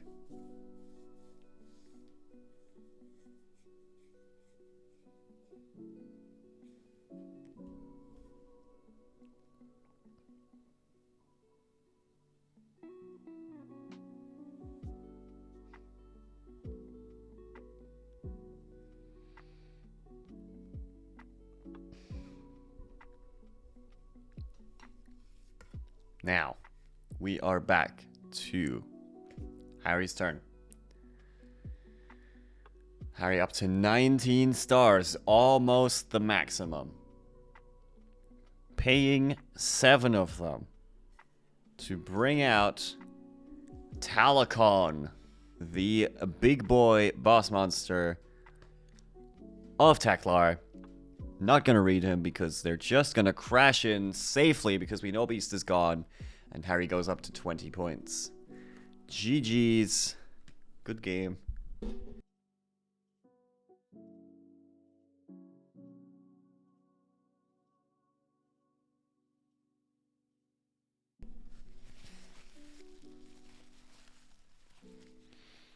What a brutal game. Now, chat, we're going to head back to the Secret versus Professor Dead game.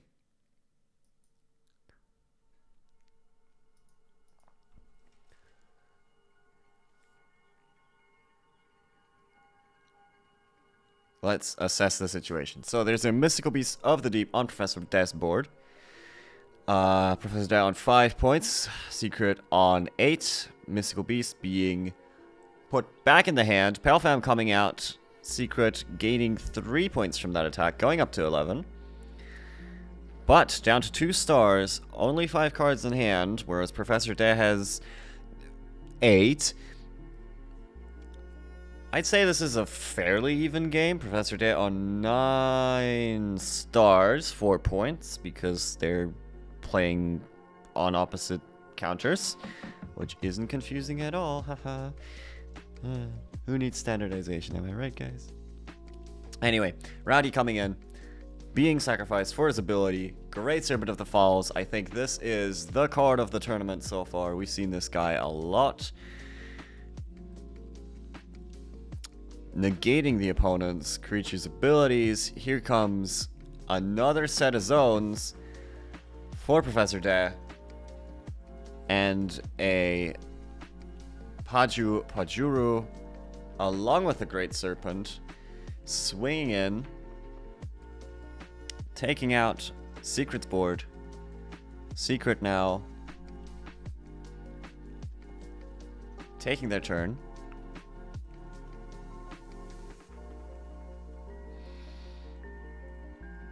Laji coming in from Secret, attacking over Pajuru. As I learned, Paji now limited to 1 copy per deck.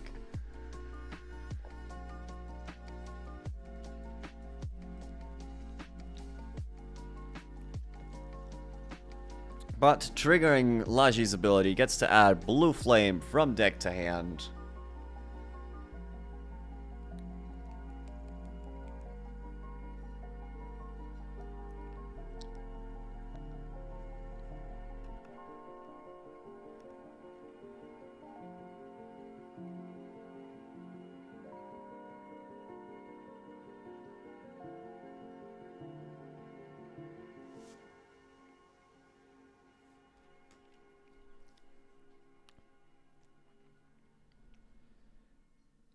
Alright, it is Death's turn.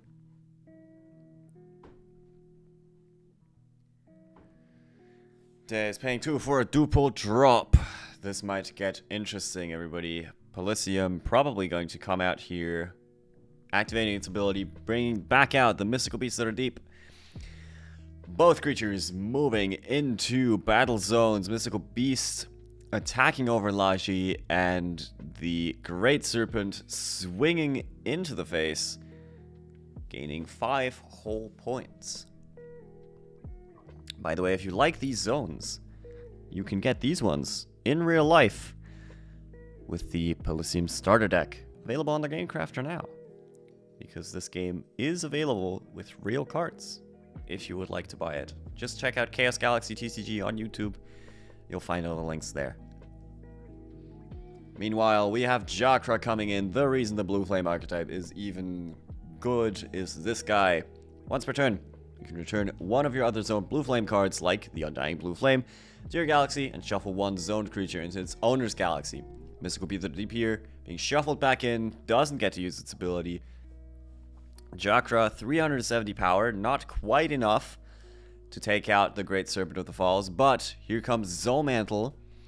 Pay 2 stars, play this card as a battle zone, and Shios creatures in this battle zone gain 100 power, meaning that Jakra will be up to 470 power here, which is enough to take out the Great Serpent. However, Planetary Field coming out here from Professor Death, being countered by Activation Activated Activator, meaning that attack goes through. Pajupajuru being taken out here. Brought out, sorry, and taken out by Zamerzed. There we go. And now it's Professor De's turn. He's up to 6 stars, but he has to figure out something. Because this is 7 points staring him in the face. Can he find a way to prevent this?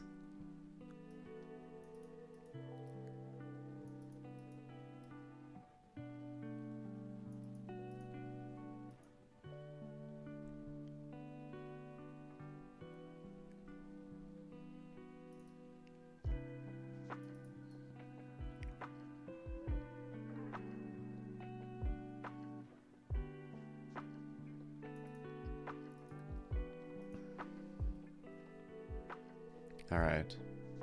Professor Dad's still thinking. And I'm just reading stuff.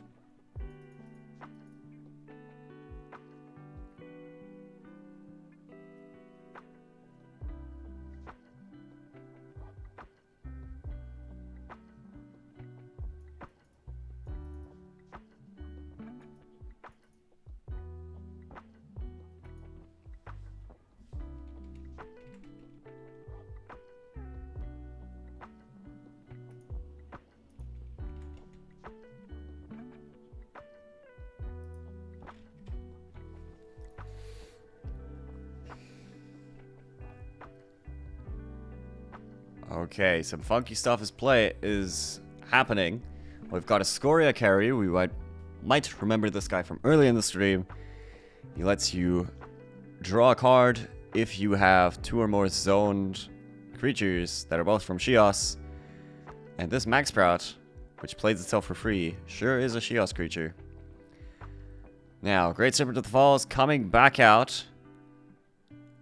I kind of missed how... Oh no, it just stayed on the field. Now here's a card we haven't seen. Shockwave 8, kill all 8-star zoned creatures. Shockwave 5, notably, a card that is completely banned. And because it was too good. Not for killing 5-star creatures. No, that's not how that card worked.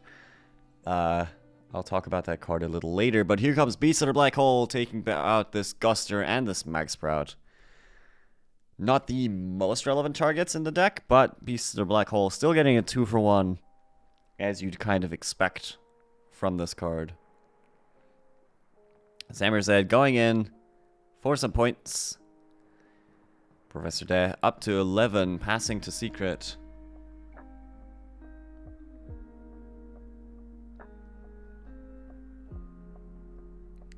Also, Professor Den choosing not to attack the Zone Mantle, despite that being an option specified in its rules text. Zamerzed coming in, once again, providing another zone for Secret, and he's once again up to triple zones. This is some crazy Chaos Galaxy we're seeing today.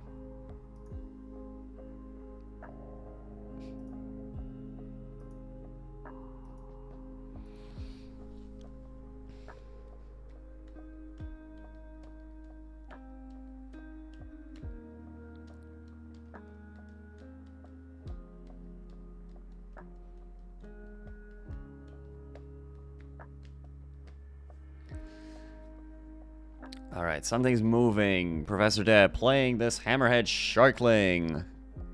If this creature, I can finally read it, is killed by the planet card of Pelisium, add 1 kill 2-star Pelisium creature to your hand that wasn't killed this turn. There we go, now we know what that does. Although, it's just going to die to this Thorngabork, which has 10 more power.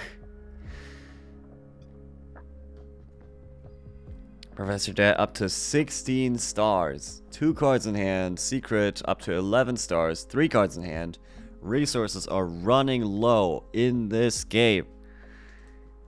But we are cosplaying a Mystical Beast that are deep. This card, one of the key cards back in the old King deck that I talked about.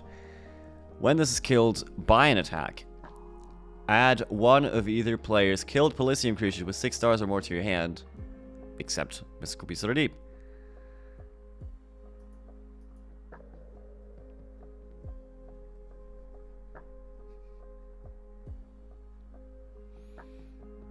Alright, here comes Laji. Brought back by the forces of justice. Laji, though, only once per game. So that effect is not going to trigger. But Laji, thanks to Zolmantle, enough power to take out the mystical beasts that are deep.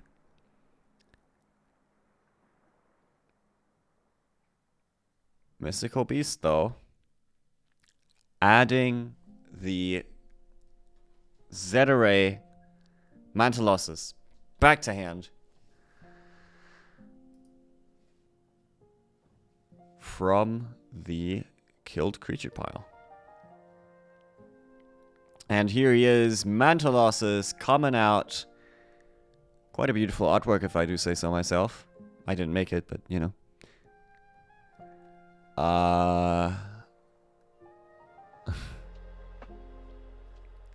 Yeah, just in this deck to be big.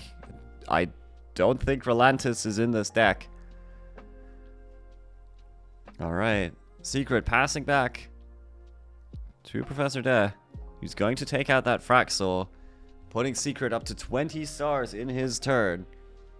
So, yeah, Secret also has drawn 7 cards more than Professor Dare.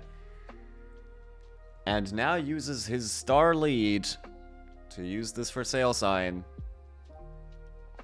to get some free points in on Professor Dare.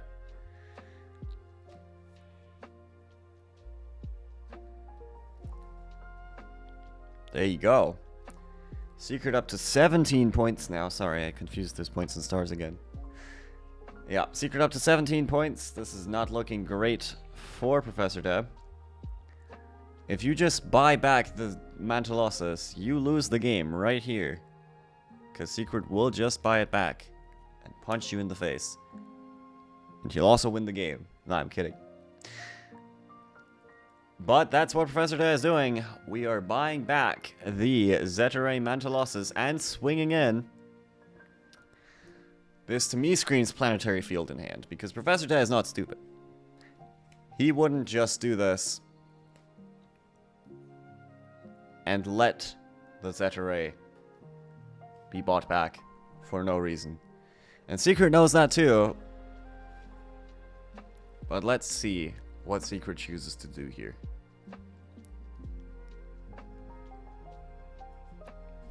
Let me quickly check that we haven't seen Planetary Field yet. We have. And we've seen Galaxy Crash and Beast of the Black Hole. That's all the relevant battle traps actually out from Professor Dare already. Okay, Secret just going to Galaxy Crash. Taking out the Mantalosis here. Unless Professor Dare has some sort of response. Like another Galactahelm. It's not Galactahelm, is it? What's it called? Galacticrown? I have no idea, but the activator that protects a Polysium card. It is possible for that to come out here. But it's not. That's no response from Professor Dare. The Zeteray being taken out. Guster coming out. Taking out the Resource Zone. And that's Thorngaborg for game. Leviathan Crown is the name. Professor Dare choosing not to use the Leviathan Crown there. That is some excellent play that we saw right there. Alright. Let's switch game.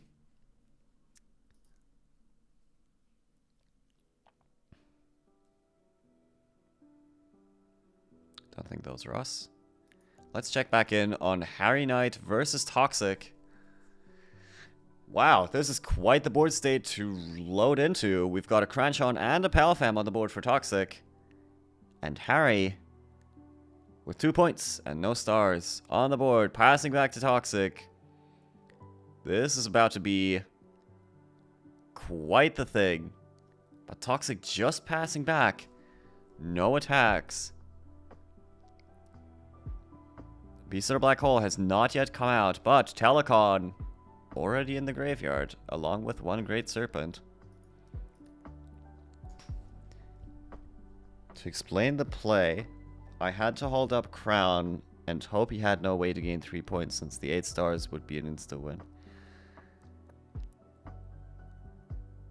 Right, if you just protect it, then he buys the Z array. Okay. Yeah, that makes sense.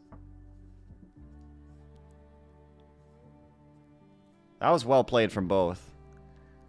Alright, here comes Enderman's Telescope. Harry says we're blind telescoping, means he doesn't know what's on top. But yeah, very well played.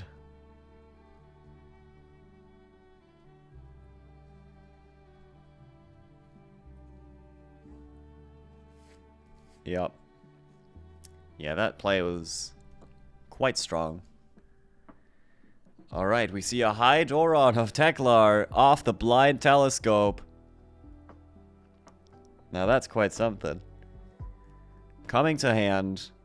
We remember this from last game.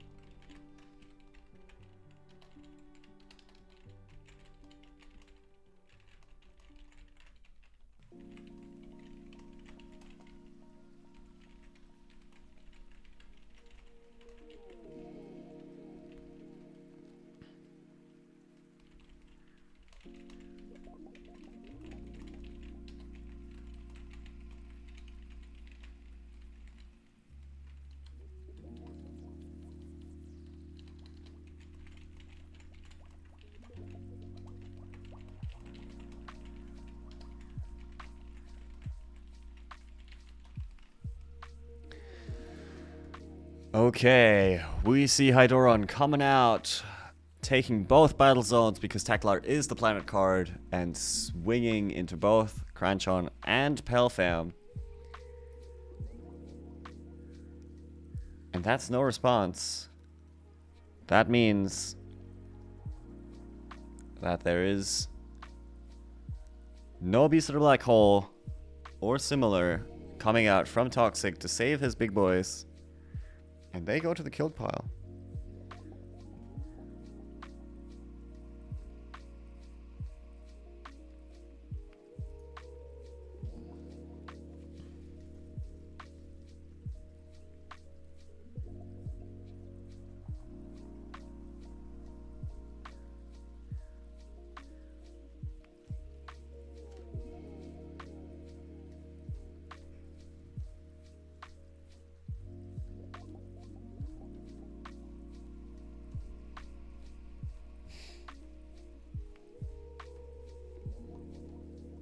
Alright. For those who can read what's in chat, if you're on PC, Toxic saying, I'm about to do something diabolical. Harry says, hey, if that's for sale sign, like in last game, I'm going to be mad. And then Toxic admits, wait, I think I did the math wrong, and passes turn. Alright, Fraxel coming out here for 4. But Hydroron taking both battle zones and swinging in for the big 8 points.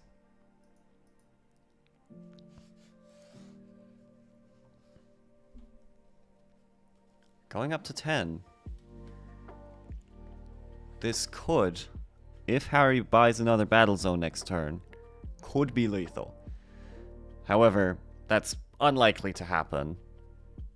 First of all, it would be a bit of a waste of resources to buy a third battle zone, and second, you know, Toxic also gets to play cards in this game.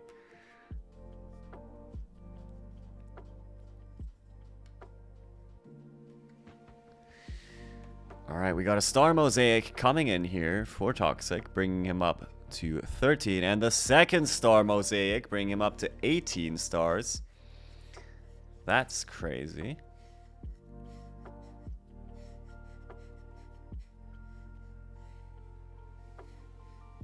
And here is Toxic's signature card, I feel like. This is Gabostras, or Gabostoras. Whatever it is. There's 2 of them! That's crazy.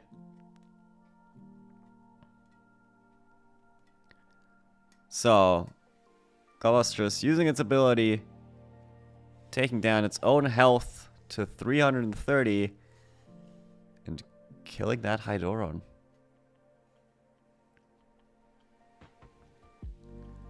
Also taking out the other Gabostoras, because that's how Gabostoras' ability works.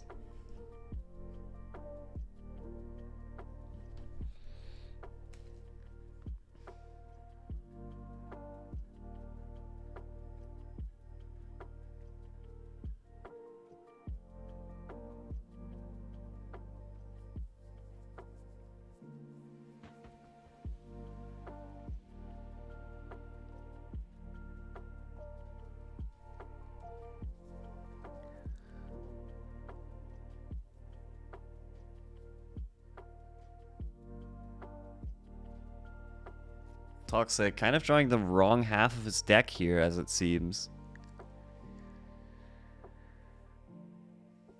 Only drawing the big guys. I mean, having to kill a Gabostoras for the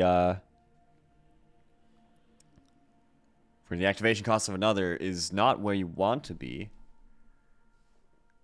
But Harry also not with the best of stuff happening right now.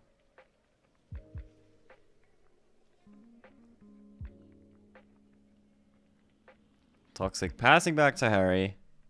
Empty board. Fraxel being taken out. Harry going up to 12.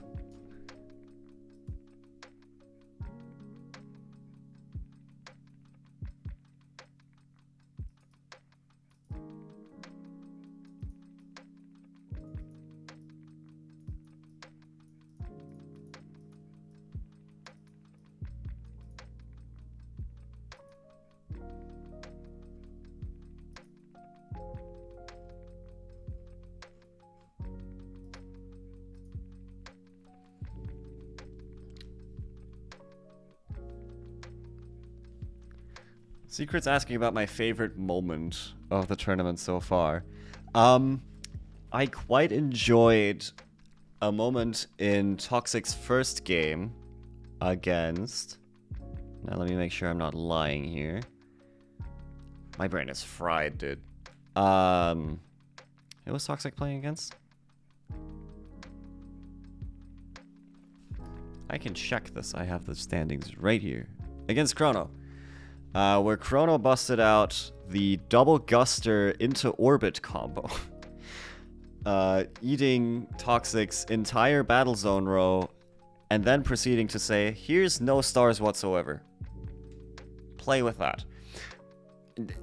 It was 2 stars, and Toxic got to buy back the zones the next turn, but it was still a really fun play.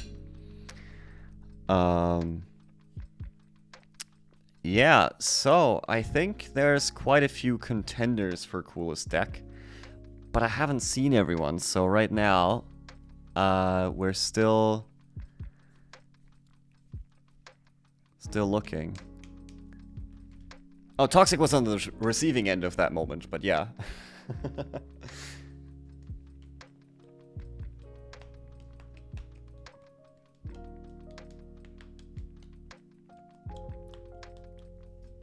Yeah, I haven't seen all the decks, I think.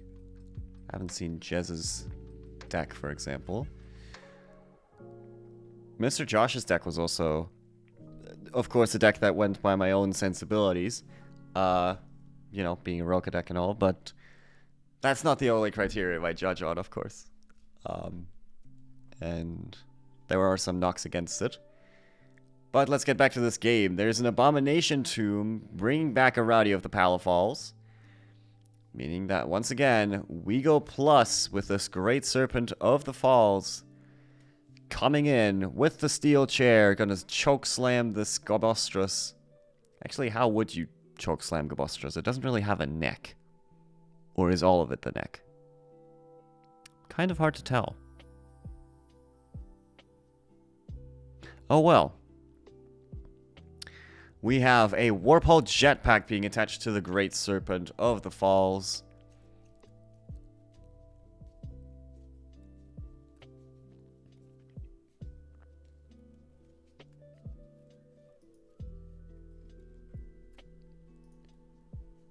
Yeah, for coolest deck, I might have to go back and watch the VOD, because right now my brain is fried and I can't remember all the moments and stuff. So we'll see. I'll announce coolest deck probably a bit later than the finals, just because I want to see as much of it as possible and go back through and stuff.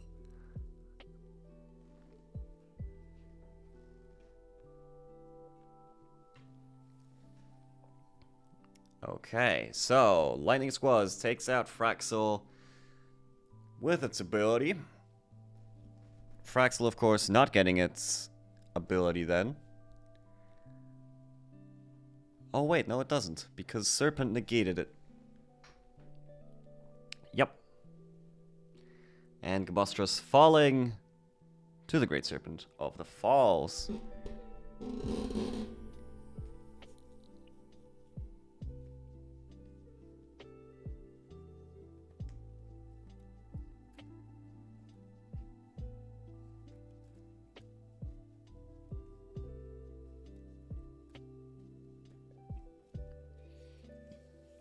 Yep, Fish has got it right.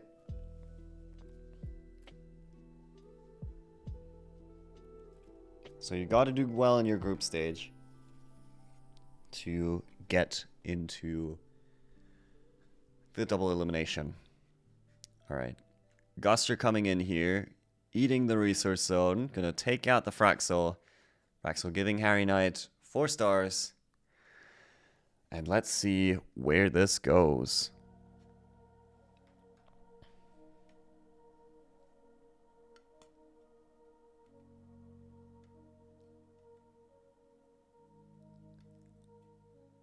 Harry Knight buying back his resource zone. It's only one that you need.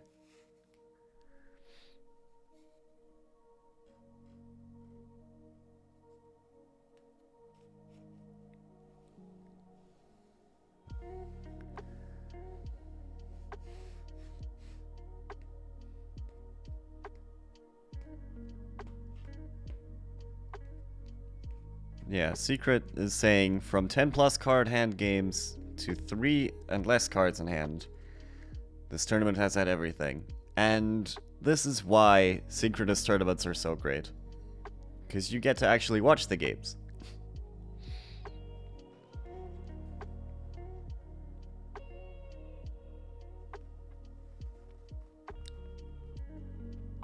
But yes, for next round, I have to watch some of the people that I haven't watched yet.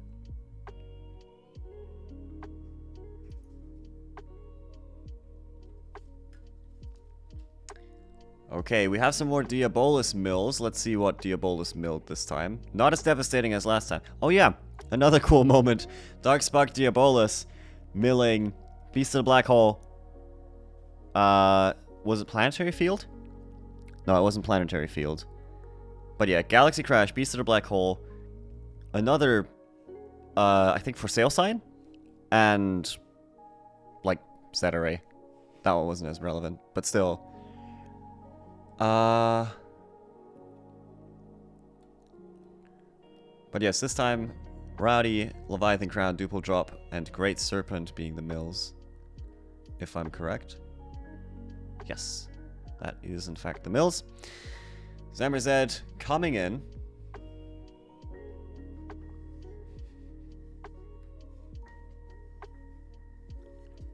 Alright, Great Serpent gonna punch in over Darkspark.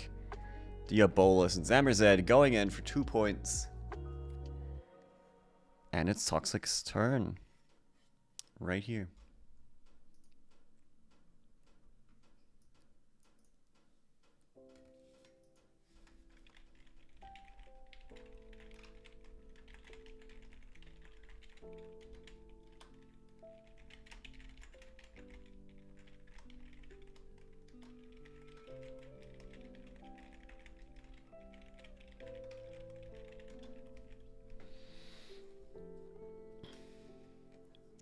Alright.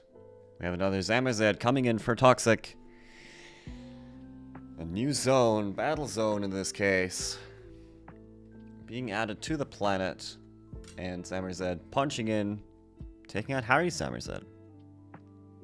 This is actually decently close to a mirror. Toxic more on a pure Polysium build, while Harry, of course, has the Polysium engine in a Tekla deck.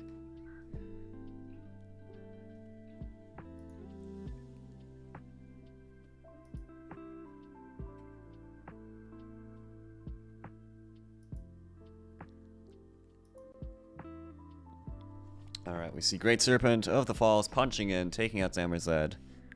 And Toxic, still on the back foot. Harry with all the stars, more cards in hand, and a big guy on the field. Staring down Toxic, who has a whole lot of nothing, and just passes the turn. Harry now up to 20 stars, the maximum you can actually have in this game. You're not allowed to have more. So Harry has to spend some of these, or he's just going to run it to the cap.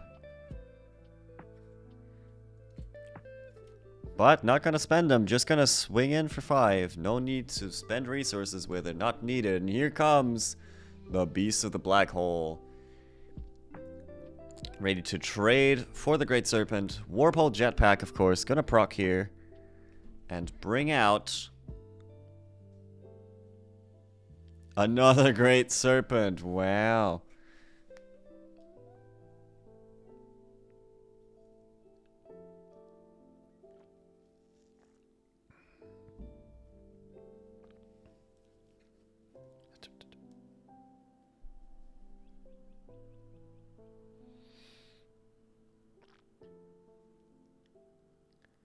Alright, Relihex Mine here coming out for Harry.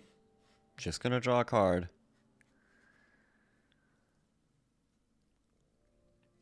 And Harry playing a Lightning Squaws. It just goes 1 point, but 1 point is better than no points. And going to go in for 6 points. But Planetary Field is gonna stop that attack. Meaning, it's Toxic's turn, who actually goes up to 19 stars now. Has recovered in terms of stars, but the hand is still small. Gonna pay 7, bring in the Pale Fam. And we're going to move Great Serpent back to the hand. Of course, that's not actually going to dent Harry Knight's economy at all, because he's at 18 stars. But maybe we can make a good swing out of it. No. Oh. Toxic on a super bouncy trampoline. The Lightning Squaws' ability. Does that work?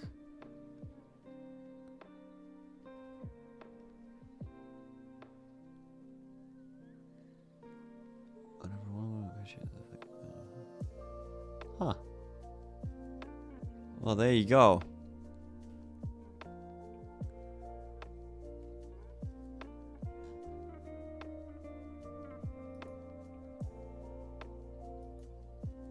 And here comes Galaxy Crash from Harry to bring Palfam back down to Earth. And let's see if with 20 stars he can assemble a lethal push for 7 points. Well, this Lightning Squad certainly isn't going to help, but it's going to gain 1 point for Harry.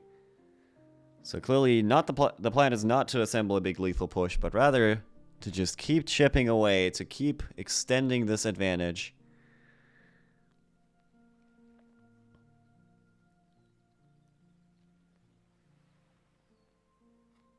Toxic with his own Lightning Squaws. No. Come on, guys. Not the Lightning Squaws stare down.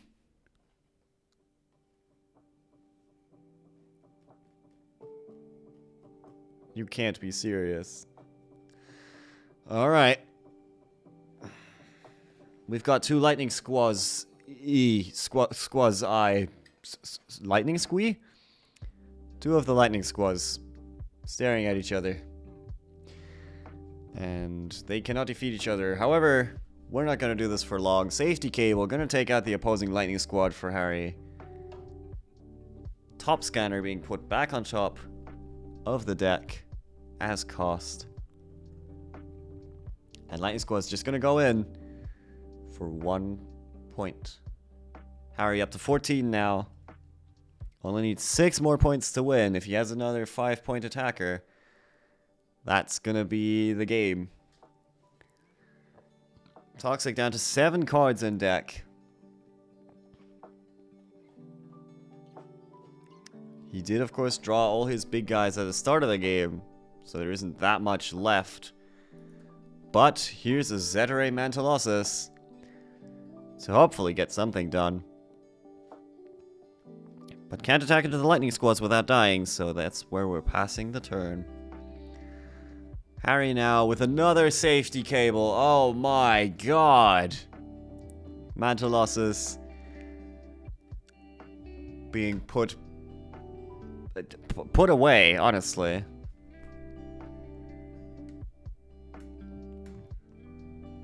Yep. Into its owner's galaxy it goes. Lightning squad's going in for 1 point. Harry up to 15. And still at 20 stars. Really taking advantage of that economy. Not going to buy any unnecessary zones that he doesn't need, because they're just very expensive and don't do that much. Here we go. Zetteray Mantalosis coming back from the top of the deck.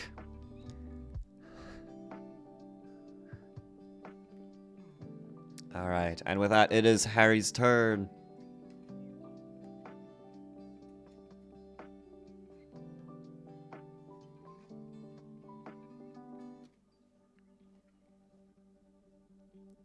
And here comes Top Scanner.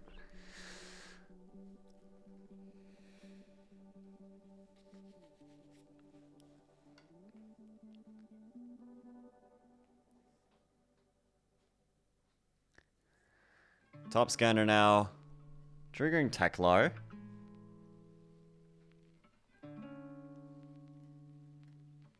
Gonna look at the top card and pass to Toxic. Toxic going up to 10 stars. Gonna draw a card down to 6 cards in deck. A Warpole Jetpack being put on the Zetteray. Let's hope he has a target in hand.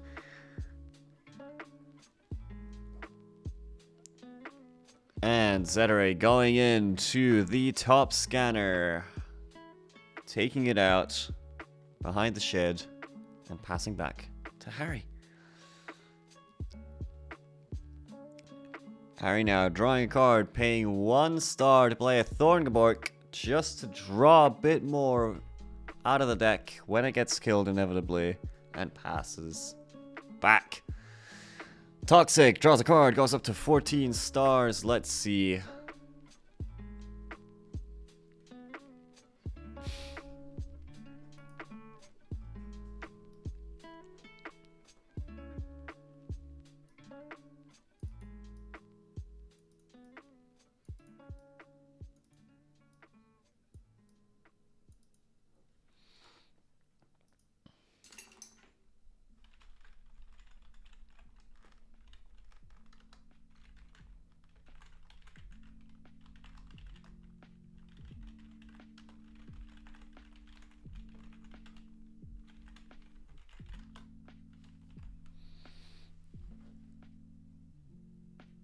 Alright, Mantalosis now going in.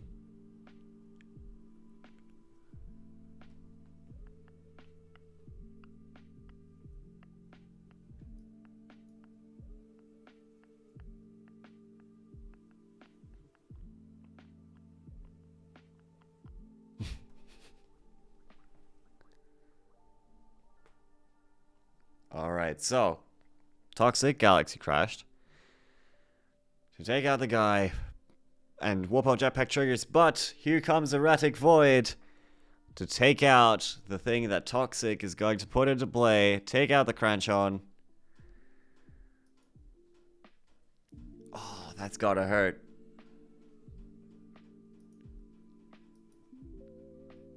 Okay.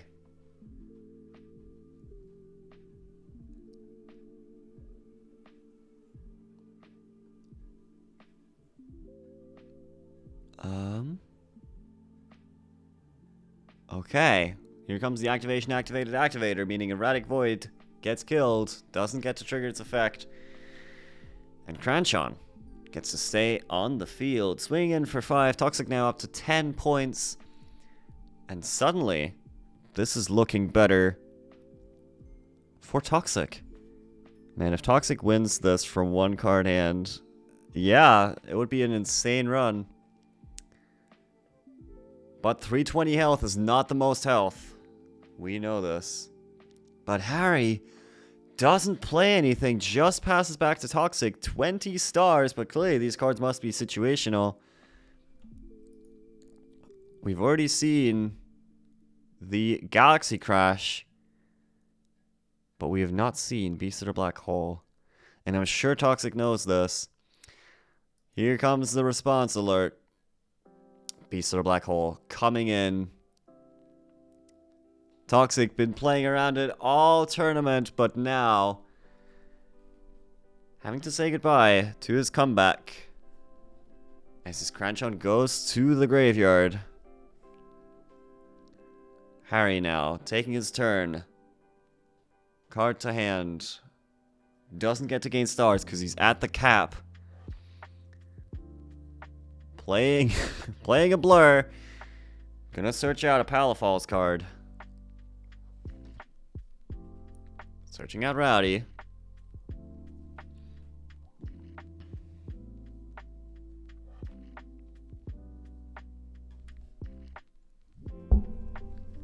And bringing out the Palafalls. Rowdy. And just gonna use them to swing in. That's 4 points right there.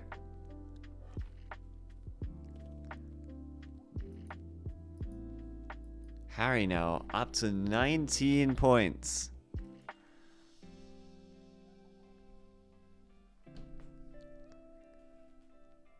Oh. Alright. No need for me to mess around. They're just bad at math. Alright, it's Toxic's turn. Toxic's turn. Let's see. 20 stars, 2 cards in hand. Can he beat a bunch of little idiots on the ground? Here comes Duple Drop. Does he have anything to go into with this Duple Drop? Or is this going to be the end of the game? That's a for sale side right there. Oh my goodness. The Blur being stolen by Toxic. Now this is not actually going to win him the game. But what a fun desperation move. Now, if Harry, in his card in hand and top card, finds pretty much any creature card, he will win the game. But if he doesn't, then the game will continue. Buying back Blur with the for sale sign. Harry now down to 14 stars, 1 point away from victory. And there comes Pelfam, putting Duple Drop back in hand. That's the end of the game. GG's to Harry Knight. Well played to Toxic. And that is a 2-0 for Harry Knight. Alright, everybody, let's check in and see if anyone else is still playing. Doesn't look like it. Which means I'm gonna switch back to this seed. And potentially, I'm actually going to end the recording here and start a new one.